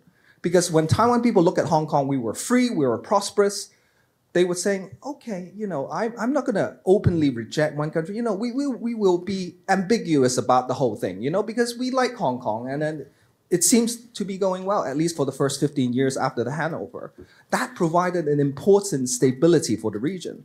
But now that I always tell, when I was doing international engagement work as a lawmaker, I always tell my friends, you should care about Hong Kong because if Hong Kong were to fall, which I'm afraid it has fallen, the next problem you have on your desk is Taiwan. And unfortunately, that has become true because everything is coming to a head. The Taiwanese people say no to one country, two system. The Hong Kong people are leaving in about 800,000 people have left Hong Kong since 2020. So 1 in 10 people have left Hong Kong. And Xi Jinping is doubling down, saying one country, two system means the PRC and is the only offer on the table. My question to the panelists is, how do you see the Taiwan Strait situation, given what's happened to Hong Kong? Is there any remedy to pull it back so that at least we don't have to face any actual conflict over Taiwan, which no one wants to see. But it seems like things are heading that way. And are you concerned? Thank you very much. Yeah.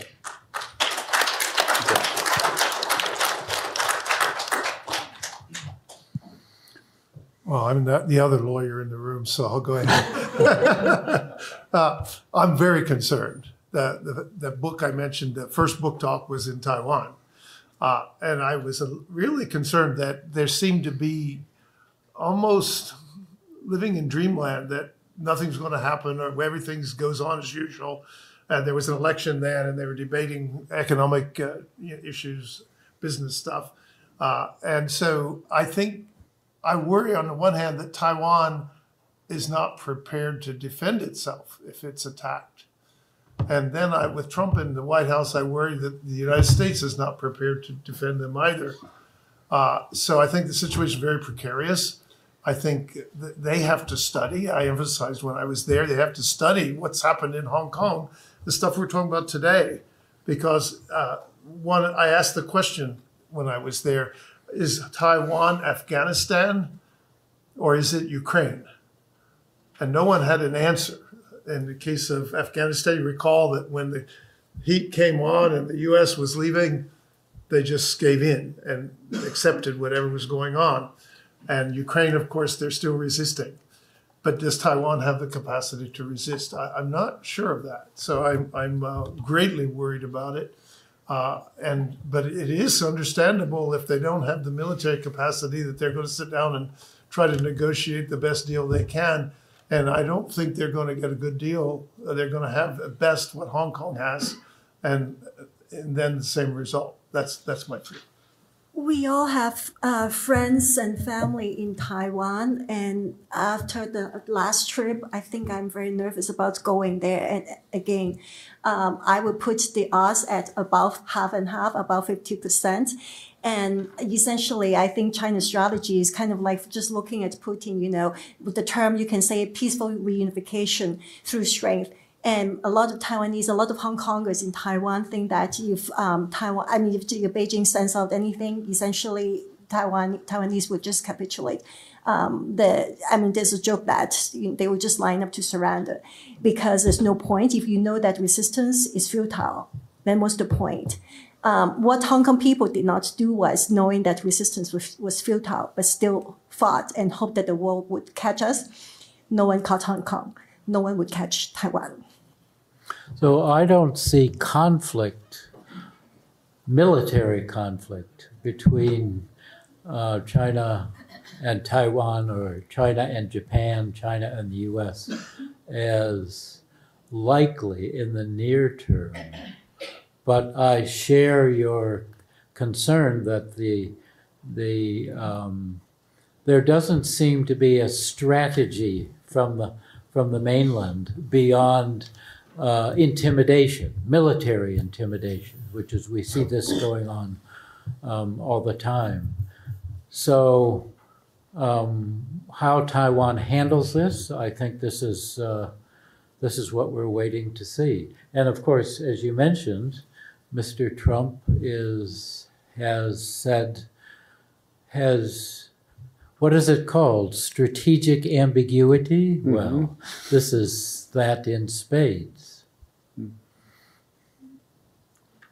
Brandon, did you want to comment? Yeah, just adding another element. It's worth looking at the very interesting voting patterns from the presidential election, which was held at the beginning of last year, the 2024 January Taiwan presidential election.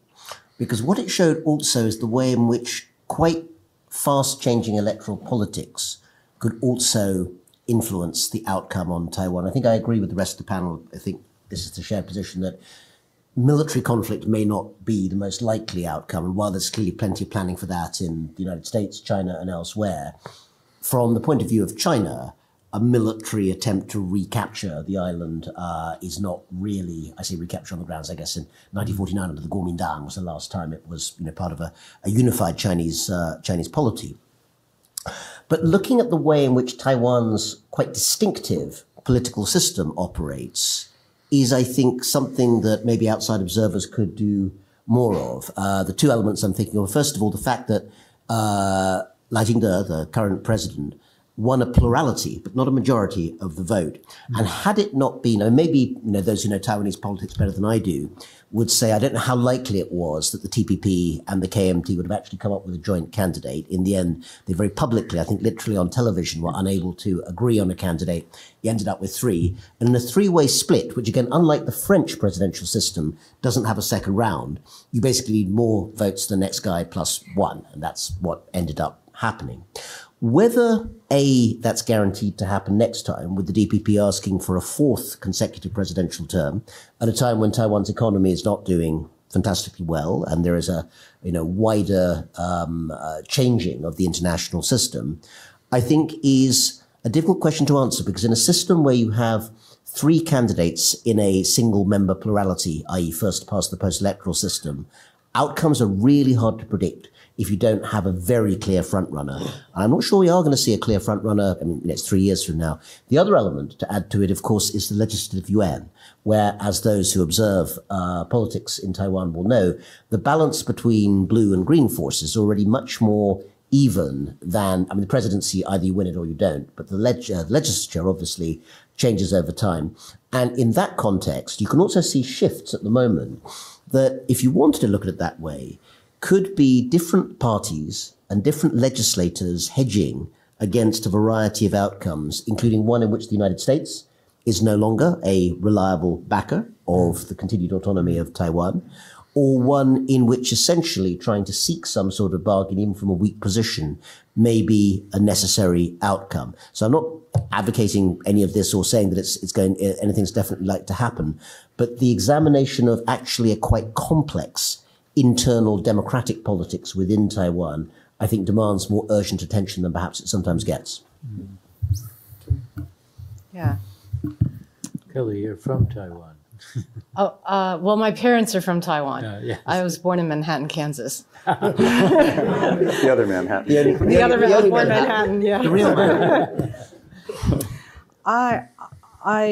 Dennis, I would completely agree that what happened in 2019, 2020 just completely eliminated one country, 2 systems as a plausible, credible model. It is completely off the table. It's just not credible at all. And I would agree with Victoria that there's a large portion of people in Taiwan, I think it's a generational thing, to maybe younger people, maybe people that are more our generation and older. They've got the fight in them, but they're kind of old, right? They're not serving in the military. And then the military service in Taiwan has been kind of a joke for decades now. Like, really, they wear sunscreen, and it's not. That's what, like, my classmates complain about. Like, they can't. They're not ready. They're not military ready.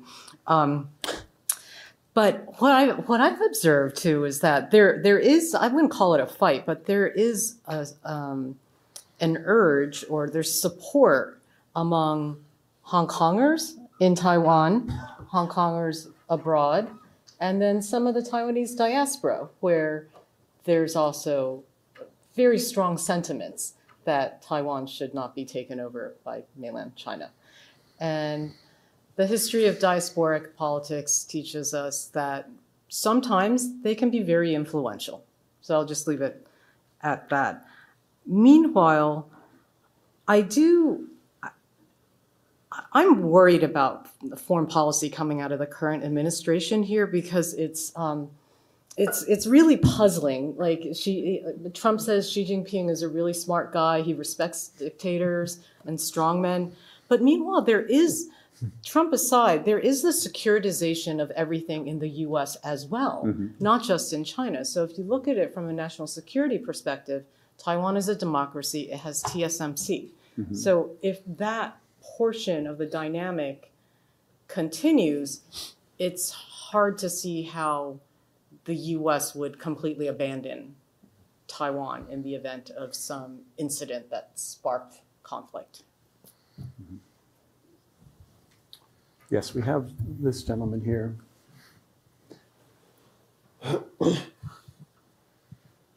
Hi, hello. I think it's on. Yeah. Oh, sorry. I'm Right. just hearing myself. I'm Justin. I'm a JD PhD student here at Harvard. And my question, I guess I have two questions. The first being about the politics of authoritarianism in Hong Kong, about the political realignment in the sense of, let's say, like James Scott writing about the weapons of the weak and the village people. I apologize for being more academic. I grew up in Hong Kong, but I guess I'm now in the US, and I'm thinking about this from a very distant place and kind of rethinking about having grown up during this period of the protest.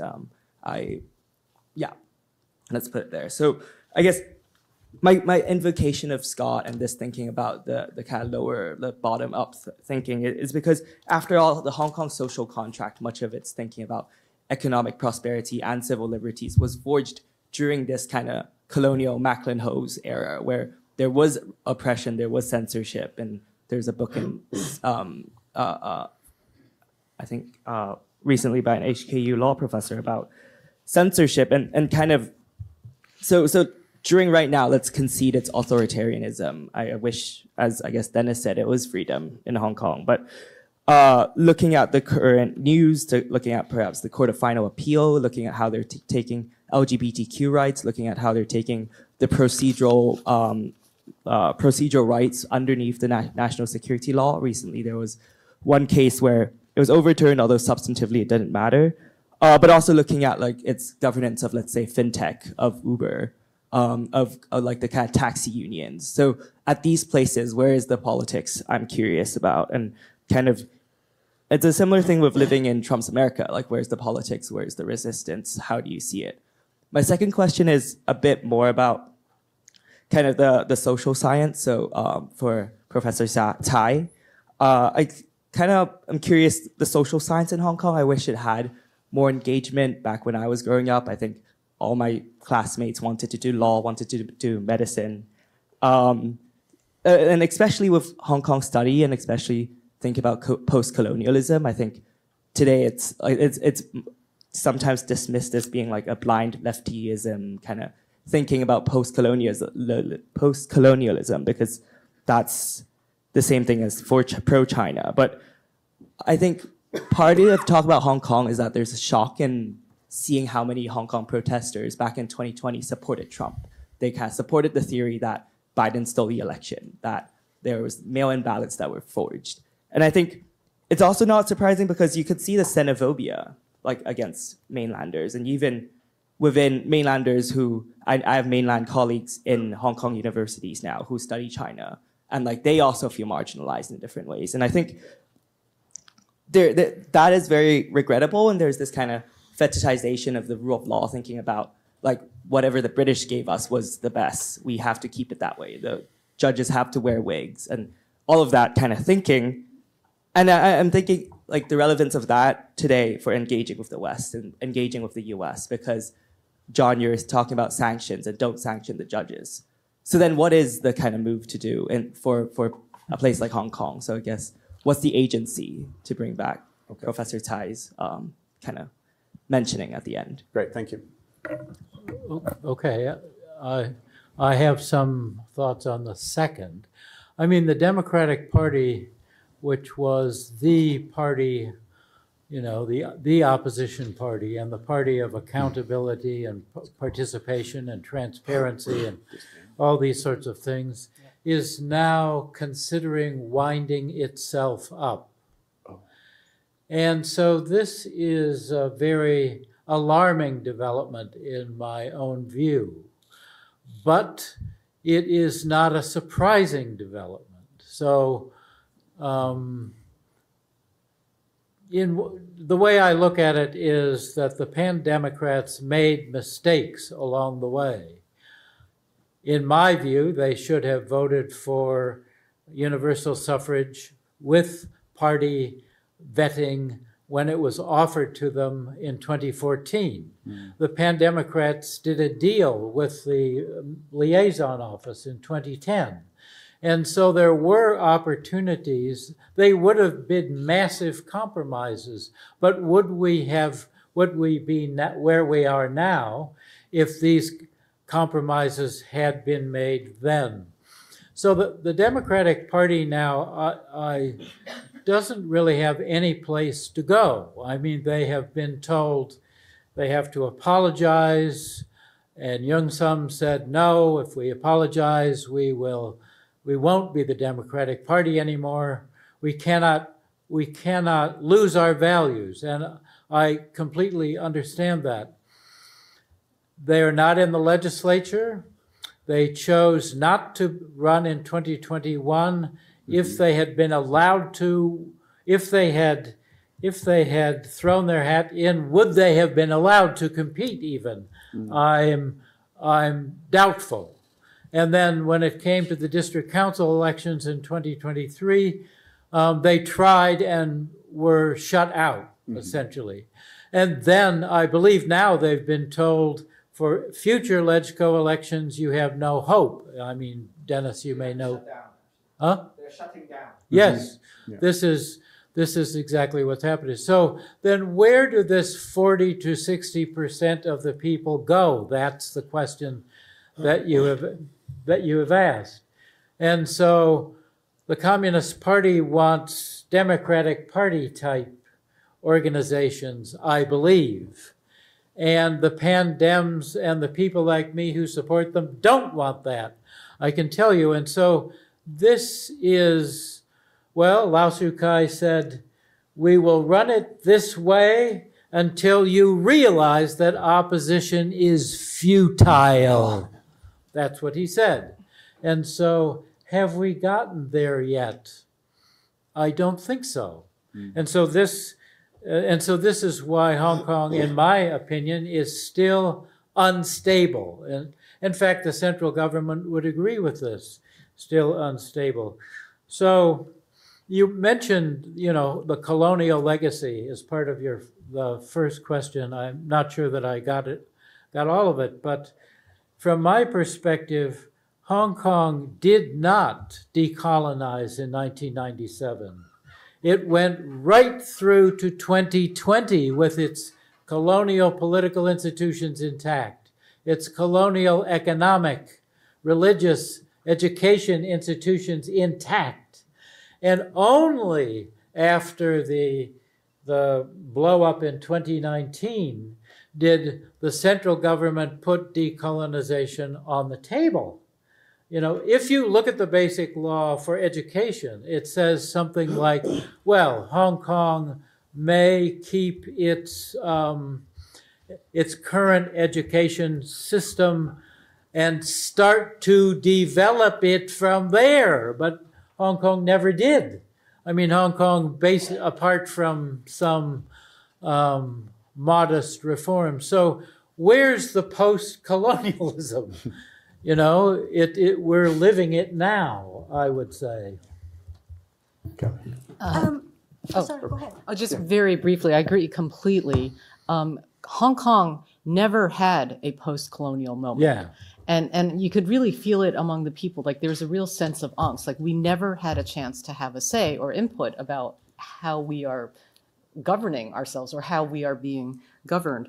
But not only, in addition to what you said, you also can't call it a post-colonial territory because textbooks no longer refer to Hong Kong as a colony. Yes. It was a place that was occupied for a very long time. That absurdity. The word, you can't call it a colony anymore in the textbooks. Yeah, just going along with that is that essentially I would say Hong Kong was recolonized by Beijing in 1997. And you think about it is that Hong Kong used to have all these local indigenous businesses, and even the construction company, the biggest one in Hong Kong, had to close down because all the contracts go to China Construction.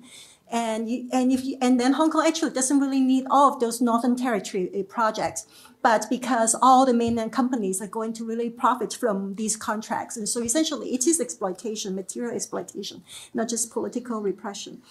I want to use James Scott's another book to answer your question about James Scott's Weapons of the Weak. Read also James Scott's Seeing Like the State. A state that has immense capacity to see everything look at the number of surveillance cameras. There's nothing that's not seen by people sitting in control command rooms. there's very little room for the weak to exercise any kind of weapons. There's nowhere to hide. Think about in 1989, a lot of Chinese dissidents left China through Hong Kong. Consider the possibility of that happening today impossible.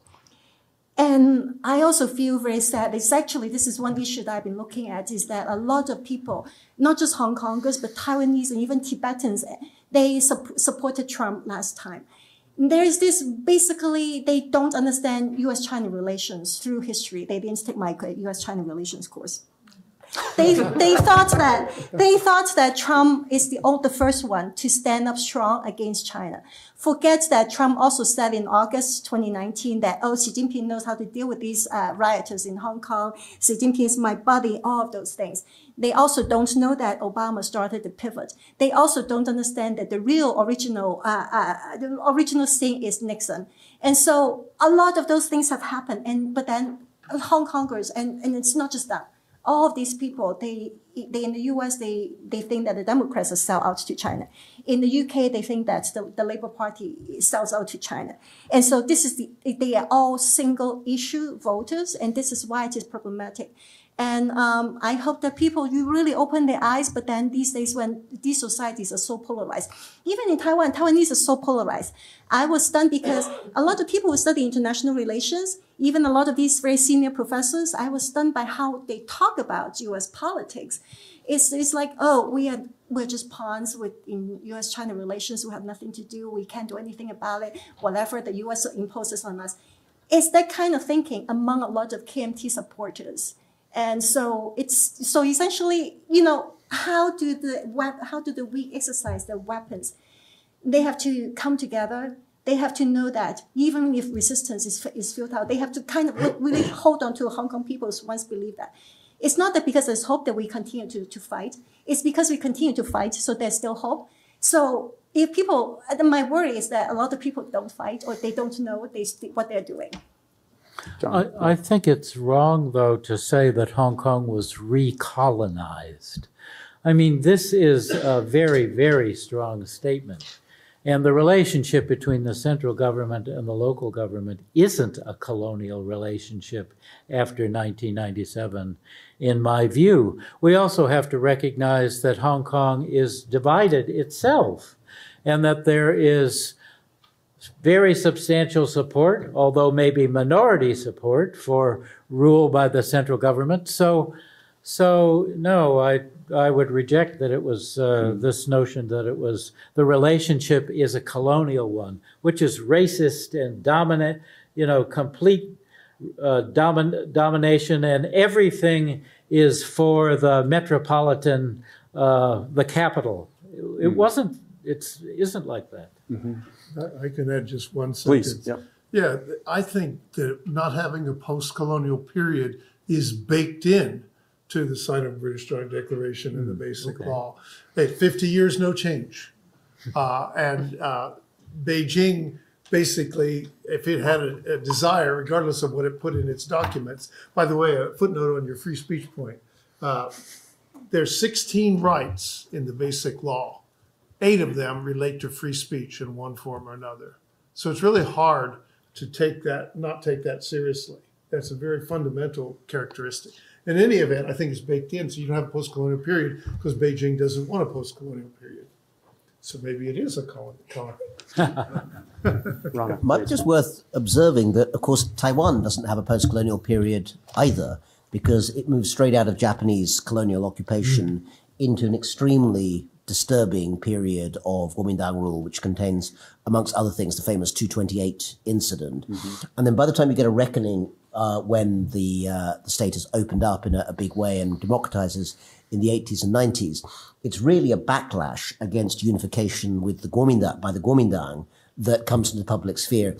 The Japanese are much more of an undercurrent in that sense. You remember when Lee Donghui was elected as president, he caused a certain amount of outrage, but more outrage, I think, in the mainland than in Taiwan, by saying that he considered Japanese to be his first language, and he meant it in a positive sort of way. I also note Taiwanese friends who observe that many Taiwanese Chinese fought in World War II, but they fought on the Japanese side, of course. And this is something, again, that doesn't always get mentioned.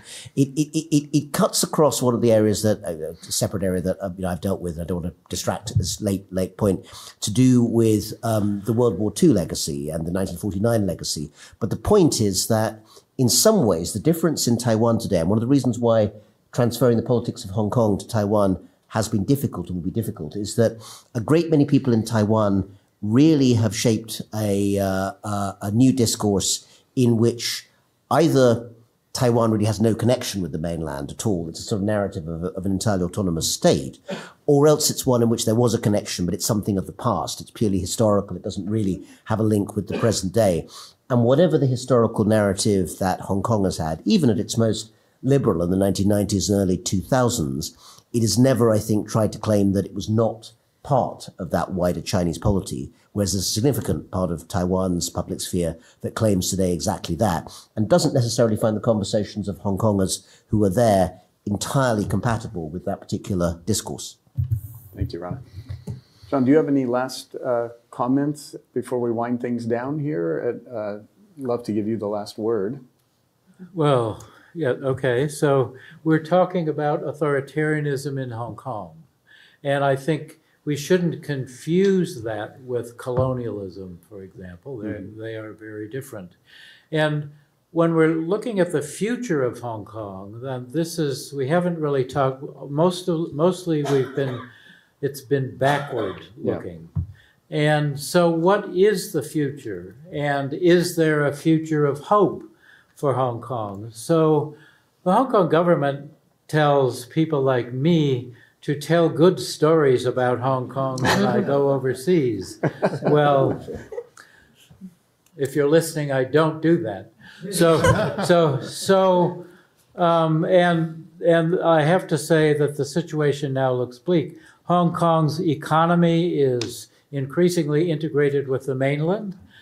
Mainland economy is decoupling from China or from the US to a certain extent at the West. And this is also very bad.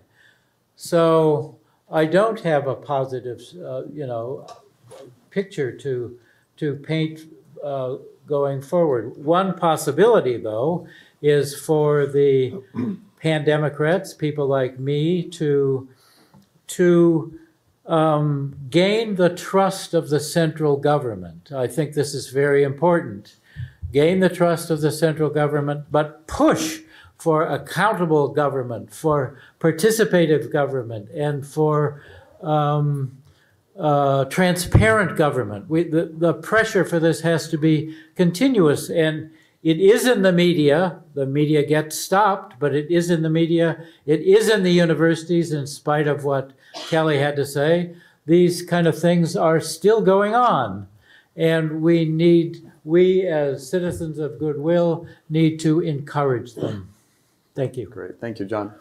So, as I said, there'll be a reception in the room to the left, and I'd also like to thank you all for coming, and thank you to the Harvard Yenching Institute staff, Lindsay, Susan, Francesca, Rohong, James back here, for all of you did for this, and most importantly, thank you to John for agreeing to come and speak before the keynote address at the Association for Asian Studies, and then to all the panelists for responding and also coming with your own ideas today to discuss this important topic. And I was so glad, John, I had thought of having you all look into the looking glass to try to point to the future, but it felt tricky to do that. But you did it, and I'm glad you did, even if it presents a less than rosy picture. But thank you very much for all of you, and thank you for the questions. And please carry on the conversation in the reception that's next door. So thank you again for coming.